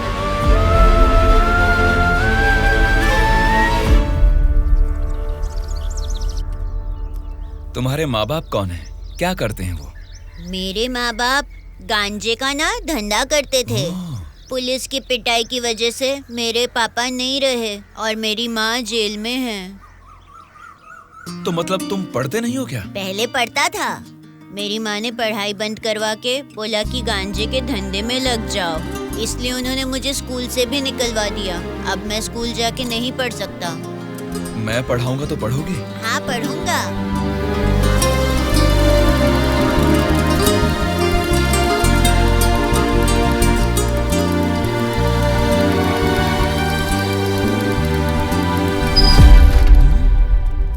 क्या कर रहे हो? स्कूल के बच्चों को दारू बेचना गलत बात है, वो भी इतने छोटे बच्चों को। 18 से कम उम्र वालों को दारू नहीं बेचनी। पता है ना तुम कानून का उल्लंघन कर रहे हो। कौन मैं? कानून की आंखों पर तो पट्टी बंदी है। पट्टी निकालो और अपने पीछे जेब में डाल दो। सिगरेट की दुकान स्कूल के बाजू में हो सकती है, मेरी वाइन शॉप नहीं हो सकती। मैंने कानूनन लाइसेंस लेके ये शॉप यहाँ खोली है। वैसे ही धंधा नहीं होने से हम परेशान हैं और तुम यहाँ आकर उपदेश देकर टाइम और धंधे की वाट लगा रहे हो। पढ़ाई करने वाले बच्चों को ही नहीं, पैसा मिलेगा तो दूध पीने वाले बच्चे को भी दारू बेचूंगा मैं, समझा तू? मेरा धंधा ही धर्म है। एक तो गलत काम कर रहे हो, ऊपर से चिल्ला रहे हो। हाँ चिल्लाऊंगा, क्या कर लेगा तू?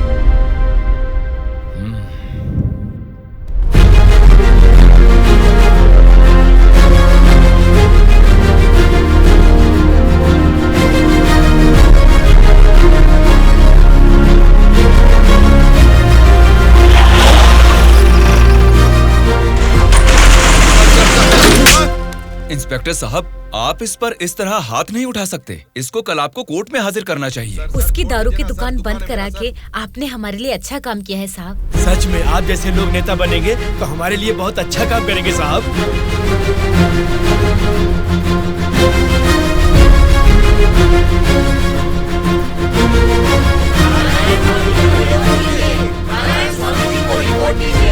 उस दिन जनता ने नारायण स्वामी को बहुत अच्छी मेजॉरिटी से जिताया था। जनता से इतना प्यार पाने के बाद उनके सुख दुख जानने के लिए वो हर एक चौखट पर गए। तभी उनको पता चला कि उनके क्षेत्र से गुजर रही गोदावरी नदी का पानी ना तो जनता को सिंचाई के लिए और ना ही पीने के लिए मिल रहा है। उन्होंने इस मामले को लेकर सरकार की नाकामियों के खिलाफ आवाज उठाई।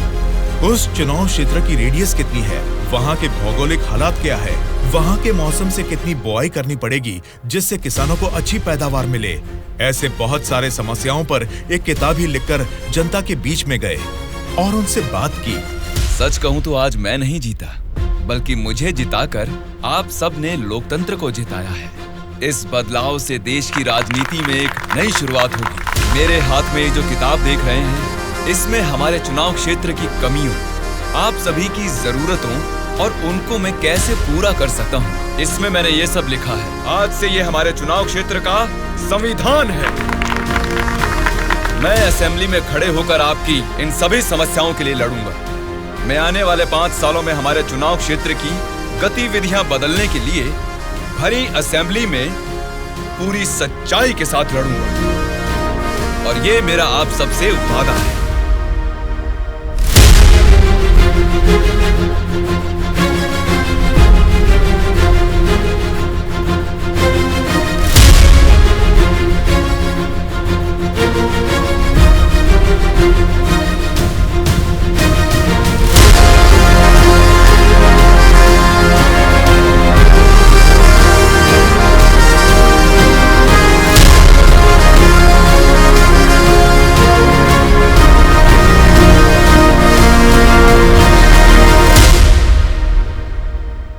स्पीकर महोदय, ये हमारे चुनाव क्षेत्र की समस्याओं की किताब है। अगर मुझे थोड़ा सा समय मिल जाए तो मैं उन सभी समस्याओं से आपको रूबरू कराना चाहूंगा।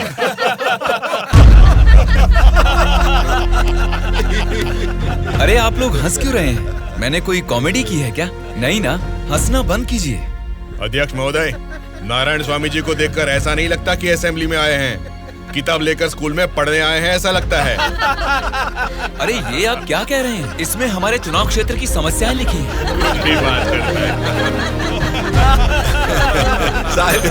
स्पीकर महोदय ने साइलेंस बोला, फिर भी हंस रहे हैं। चुप हो जाइए। ये क्या स्पीकर महोदय, ये तो आपकी भी नहीं सुन रहे। The house is adjourned. Tomorrow at 8 a.m. चलो यार, चलो।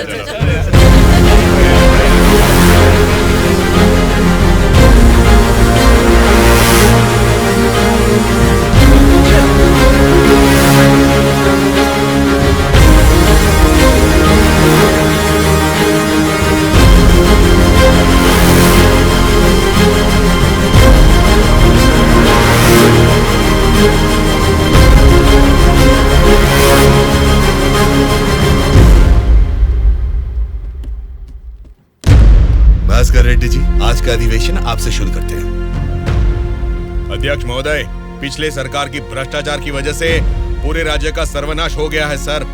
क्यों सर्वनाश हुआ है उसकी वजह बता रहा हूँ अध्यक्ष महोदय। प्रचार तो राम राज्य का हो रहा था, लेकिन राज्य में राक्षस राज्य हो गया है अध्यक्ष महोदय, इसलिए इस तरह बात करनी पड़ रही है।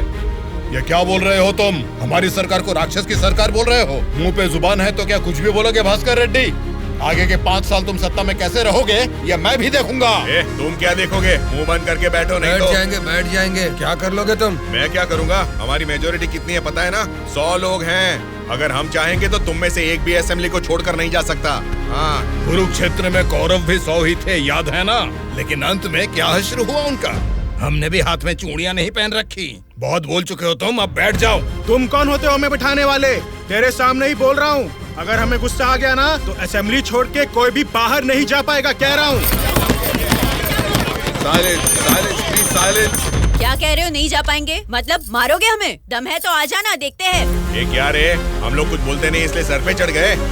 तब से तुम ही हमें उकसा रहे तू हो। हमें उकसाएगा और हम भड़केंगे भी नहीं। हम क्या घूंघट ओढ़ के बैठे हैं? हिम्मत है तो हमको रोक के दिखा।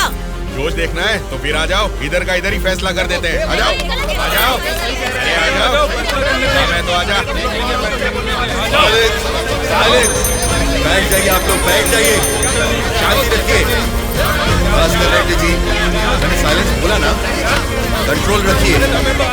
साइलेंस, साइलेंस, आप सब लोग बैठ जाइए। Silence, silence. 1 घंटे के लिए सभा को स्थगित करता हूँ।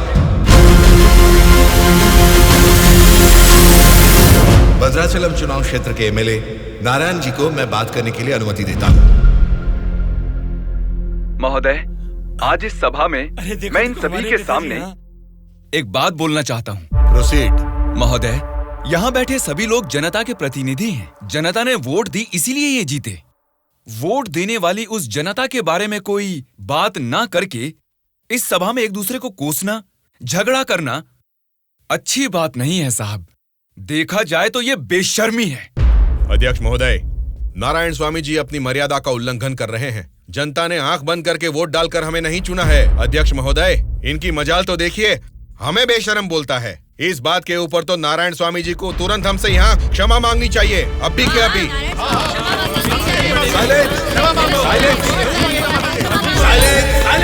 भास्कर रेड्डी जी, अरे मैंने तो लोकतंत्र की बेशर्मी बोला था, आपको बेशरम नहीं बोला। देखिए, इन क्षमाओं और झगड़े से सभा के समय को बर्बाद करने की बजाय हमें मिलकर जनता की जरूरतों और समस्याओं के बारे में बात करनी चाहिए। मतलब हम यहाँ झगड़ा करने आए हैं क्या? हमारे मुख्यमंत्री और हमें जनता का पालन कैसे करना है तुम बताओगे? अध्यक्ष महोदय, यहाँ पर आए सारे नेताओं से नारायण स्वामी जी को क्षमा अभी के अभी मांगनी ही होगी।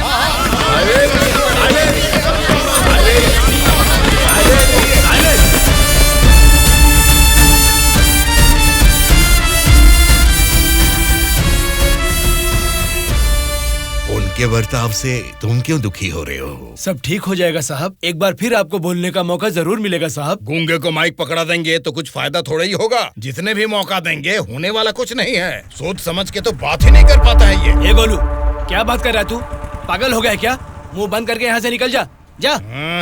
उसकी बातों का बुरा मत मानिएगा साहब। उसने कुछ भी गलत नहीं कहा सुबैया। तुम उसकी बातों में गुस्सा देख रहे हो और मैं उन बातों के पीछे छिपी वजह।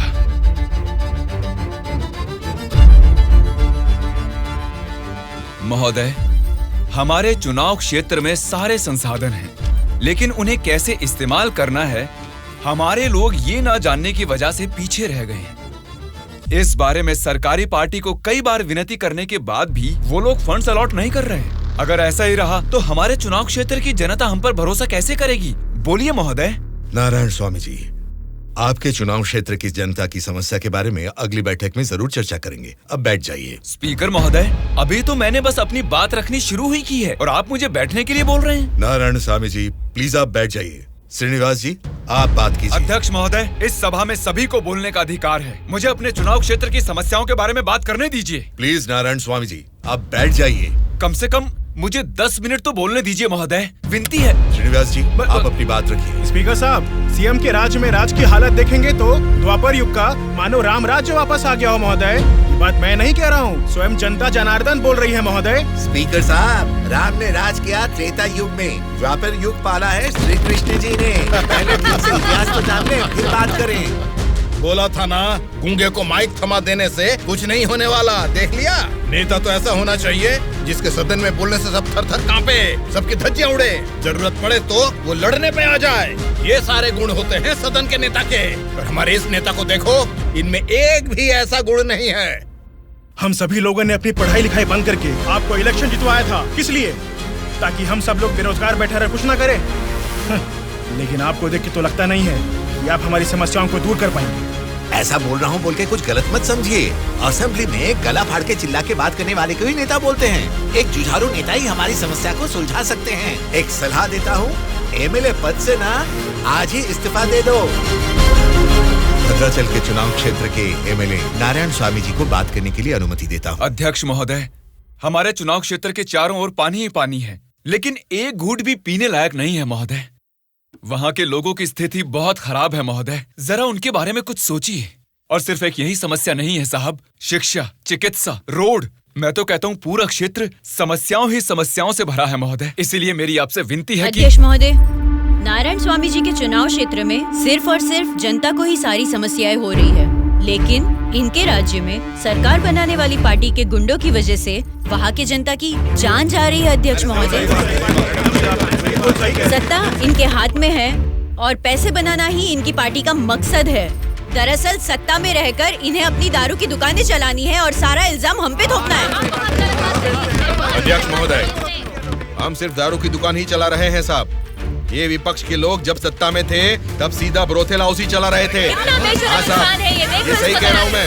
जरा उनको देखिए, बोलते कुछ है, करते कुछ और हैं। कैसी बातें कर रहा है? कितना गिरा हुआ आदमी है ये अध्यक्ष महोदय। Silence, silence. मैंने क्या गलत कह दिया अध्यक्ष महोदय?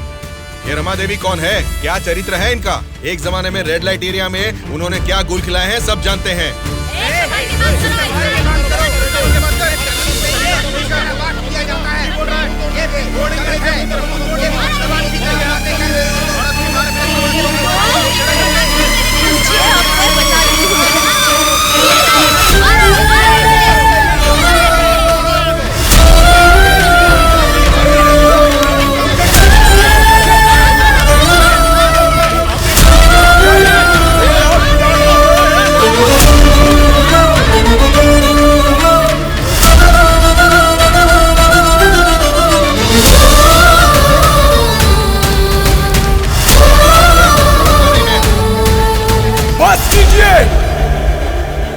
अरे ये संसद है या फिर कुरुक्षेत्र है?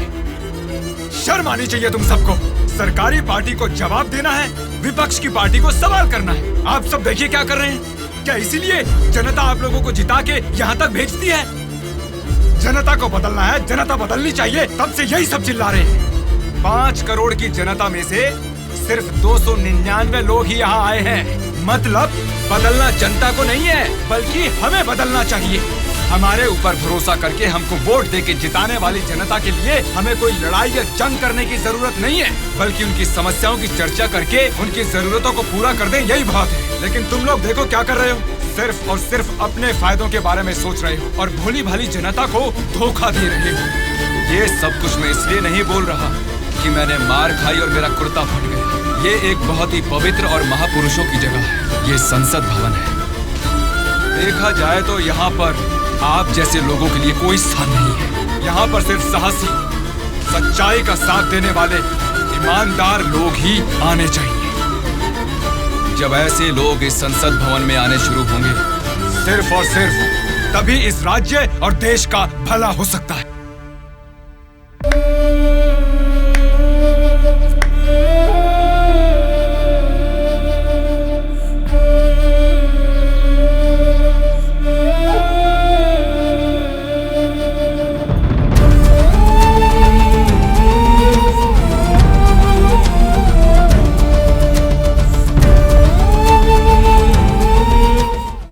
अब तो बता दीजिए अंकल, उदास क्यों हो आप?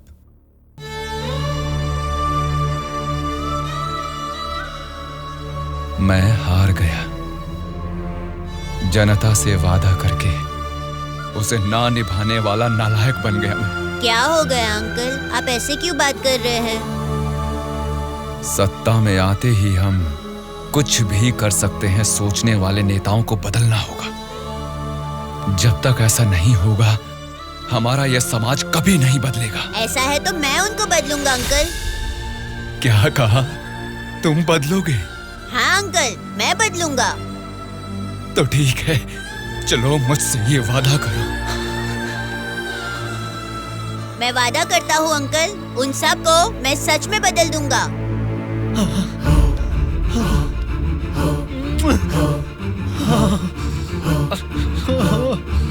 बदलना है, तुमको ही बदलना है, तुम ही बदलोगे।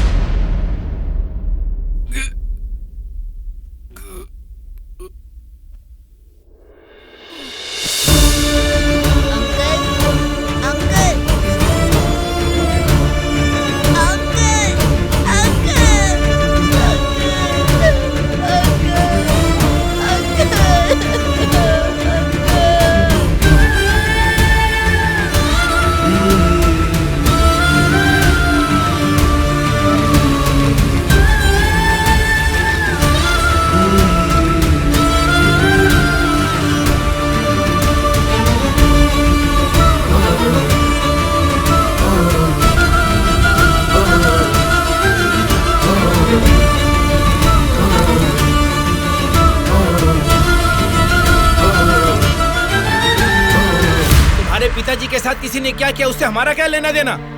हम लोग जनता की सेवा करने वाले हैं। हमें यहाँ बुलाकर तकलीफ देना ठीक बात नहीं है। जनता की सेवा? क्या जनता की सेवा करते हैं आप लोग? एक एक करके बताइए। हर महीने बुजुर्गों को राशन मिल रहा है, और यही नहीं, अपाहिजों को हर महीने पेंशन दिया जा रहा है, बेरोजगारों को बेरोजगारी भत्ता दिया जा रहा है। इतने अच्छे काम कर रहे हैं, ये सब सेवा नहीं है क्या? जनता की सेवा करने का मतलब टाइम पर राशन का चावल और दाल देना है क्या? नहीं ना। 20 साल के लड़के को बेरोजगारी भत्ता क्यों देना? वो मेहनत नहीं करेगा क्या? 2 एकड़ जमीन वाले किसान को राशन क्यों देना? वो फसल उगा नहीं सकता क्या? आप लोगों की मेहनत करने की काबिलियत को मारकर उनकी पैदावार करने की क्षमता को बुरी तरह कुचल रहे हैं। जिस दिन आप लोग जनता को मुफ्त की चीजें देने के बजाय उनको ये बताएंगे कि मेहनत करना ही बेहतर है, उसी दिन आप लोग जनता की सच्ची सेवा कर पाएंगे सर। मतलब हम पर बिना यकीन के जनता हमको जिता रही है। आपका नाम मारुति राव है ना? हाँ हाँ।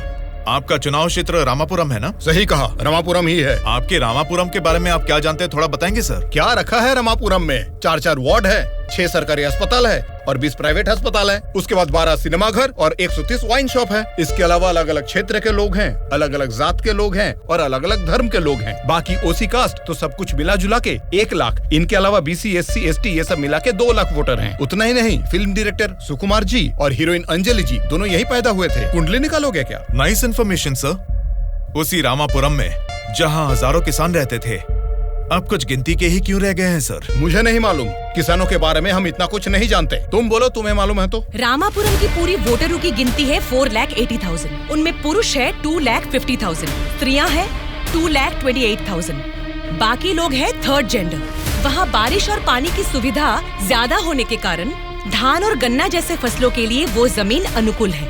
अब हम प्रॉब्लम की बात करेंगे। रामापुरम मेन सेंटर में एक बड़ी डंपिंग यार्ड है और वहाँ के रोड्स के बारे में हम आपको जितना कम बताएं उतना ही अच्छा है। ये सरकारी पार्टी की MLA है, आपकी पूछताछ सही है, लेकिन हम तो विपक्ष के हैं ना, हमें इनके साथ क्यों उठा के लाए?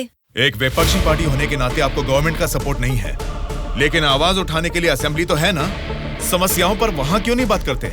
जनता ने वोट देकर आपको असेंबली इसलिए भेजा क्योंकि उनको यकीन था कि उनकी कुछ भलाई होगी, लेकिन पेट्रोल के बढ़ते रेट की आपको परवाह नहीं, बढ़ते ब्याज की आप बात ही नहीं करते। किसानों की आत्महत्या आप लोगों के लिए कोई मुद्दा ही नहीं है। बदलना है, अपने सोचने का ढंग बदलना है, हमारे बर्ताव का तरीका बदलना है। हमें बदलने को बोल रहे हो, ठीक है, जनता की क्या बात है? वो नोट लेके वोट नहीं दे रहे क्या हमें?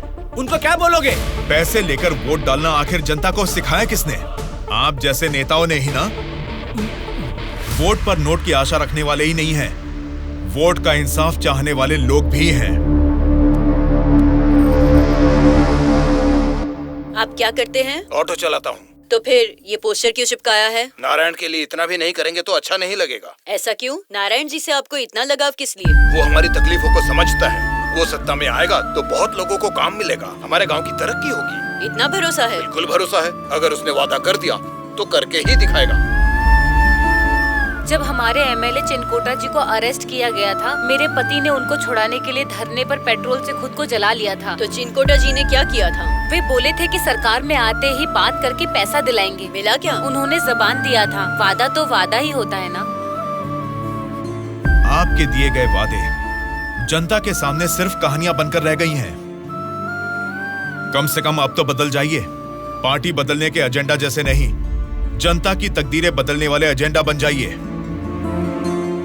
अगर अब भी आप लोग नहीं सुधरोगे और ऐसा ही करते रहोगे तो यहाँ से कोई भी जिंदा बाहर नहीं जाएगा।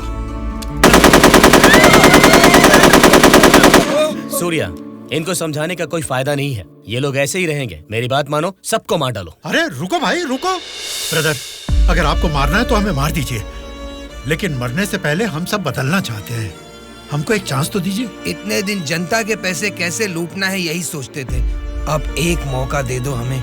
जनता के पैसे को जनता तक लौटाना है यही सोचेंगे। अब उस नारायण स्वामी के सपनों को हम सच करके दिखाएंगे। उसका नाम है सूर्या। ऑलरेडी एक मर्डर केस में वो सजा काट रहा है। सत्ताधारी पार्टी की सपोर्ट से वो जेल से बाहर निकला है। बहुत शातिर है वो। बड़ी होशियारी से वो दोनों पार्टियों के MLA को किडनैप करके लेके गया है। उसका प्लान क्या है, उसने क्यों किडनैप किया है, उसके सिवा और किसी को पता नहीं है। समझ गया सर। वो जहाँ भी हैं, सब MLAs को सेफली लाने की जिम्मेदारी मेरी।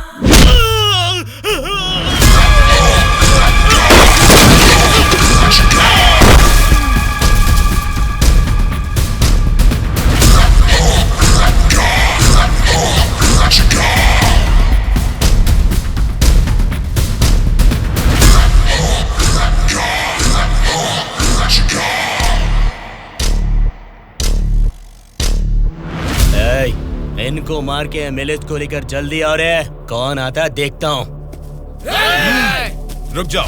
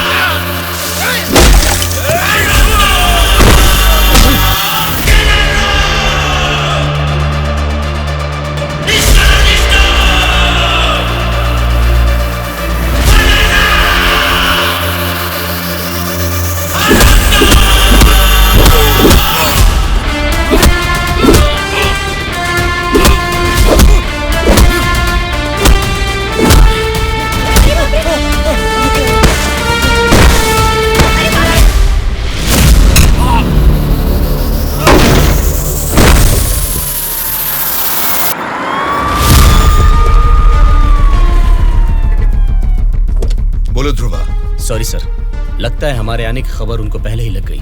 What? हाँ सर, जब तक हम पहुंचे वो सब एमएलए को लेकर यहाँ से चला गया। तो अब क्या होगा?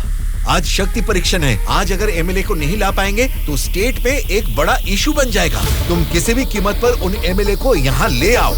Okay sir, I will try my level best.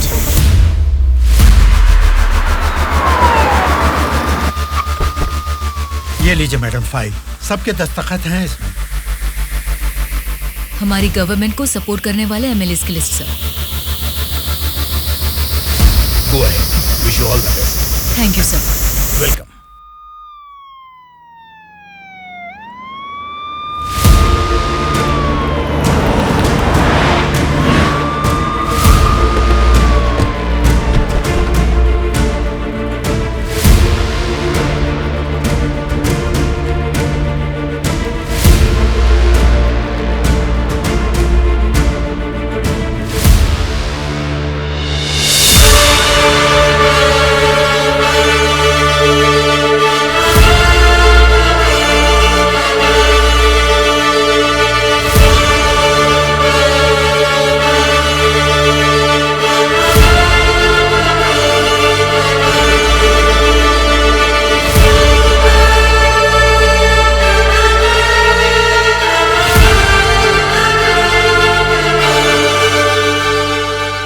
राज्य में पहली बार महिला चीफ मिनिस्टर बनने के लिए congratulations Shyamala Bharati ji. Best wishes. Thank you. एक आदमी के अच्छे काम की वजह से आज हम सभी लोग एक नई सोच के साथ इस असेंबली को देख रहे हैं। ये बात तो हमें मानना ही पड़ेगा। ये सदन पवित्र मंदिर जैसा है। इसकी गरिमा के लिए हमें सभ्य बर्ताव करना ही पड़ेगा। सबसे पहले मैं विपक्ष पार्टी से दरख्वास्त करूंगा कि उनके पास जनता की जो भी समस्याएं हैं उसका जिक्र इस सदन में करें। अध्यक्ष महोदय, असेंबली का सत्र चालू होने का आज पहला दिन है और पहले ही दिन विपक्ष पार्टी के सदस्यों को पहले बोलने का मौका देने के लिए मुख्यमंत्री जी को, स्पीकर साहब को मेरी तरफ से और मेरी पार्टी की तरफ से धन्यवाद देना चाहूंगा। पिछले 2 सालों में कोरोना महामारी ने जनता के जीवन को अस्त व्यस्त बना दिया है। जनता के स्वास्थ्य के बारे में अब समय आ गया है कि हम जाग जाएं। उसके लिए गरीब लोगों को इंसाफ दिलाने के लिए सारे विपक्ष की तरफ से मैं प्रार्थना करता हूं। इस मुद्दे पे मैं राज्य के मुख्यमंत्री श्यामला जी से दरख्वास्त करूंगा कि कुछ बोलें। अध्यक्ष महोदय, सबसे पहले बिना झगड़ा किए ऐसे अच्छे वातावरण में जनता की भलाई के लिए और उनकी उन्नति के लिए एक उपयोगी बिल को इस सभा में प्रस्तुत किया गया है, जिसके लिए विपक्ष पार्टी के नेता राम मोहन राव जी का और उनकी पार्टी का मैं अभिवादन करती हूँ आम जनता को भी बेहतरीन इलाज मिल सके, फिर चाहे वो 10 रुपए का हो या फिर 10 लाख का, उनको मिलना चाहिए। इसी सोच को आगे बढ़ाते हुए आप सबके समक्ष इस फाइल पर मैं सबसे पहले दस्तखत करती हूँ।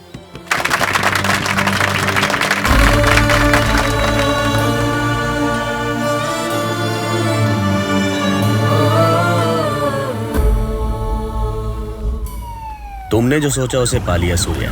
नेक्स्ट टारगेट क्या है? हमारे देश की तरक्की जो कोई भी रोक रहा है वो लोग ही मेरा नेक्स्ट टारगेट।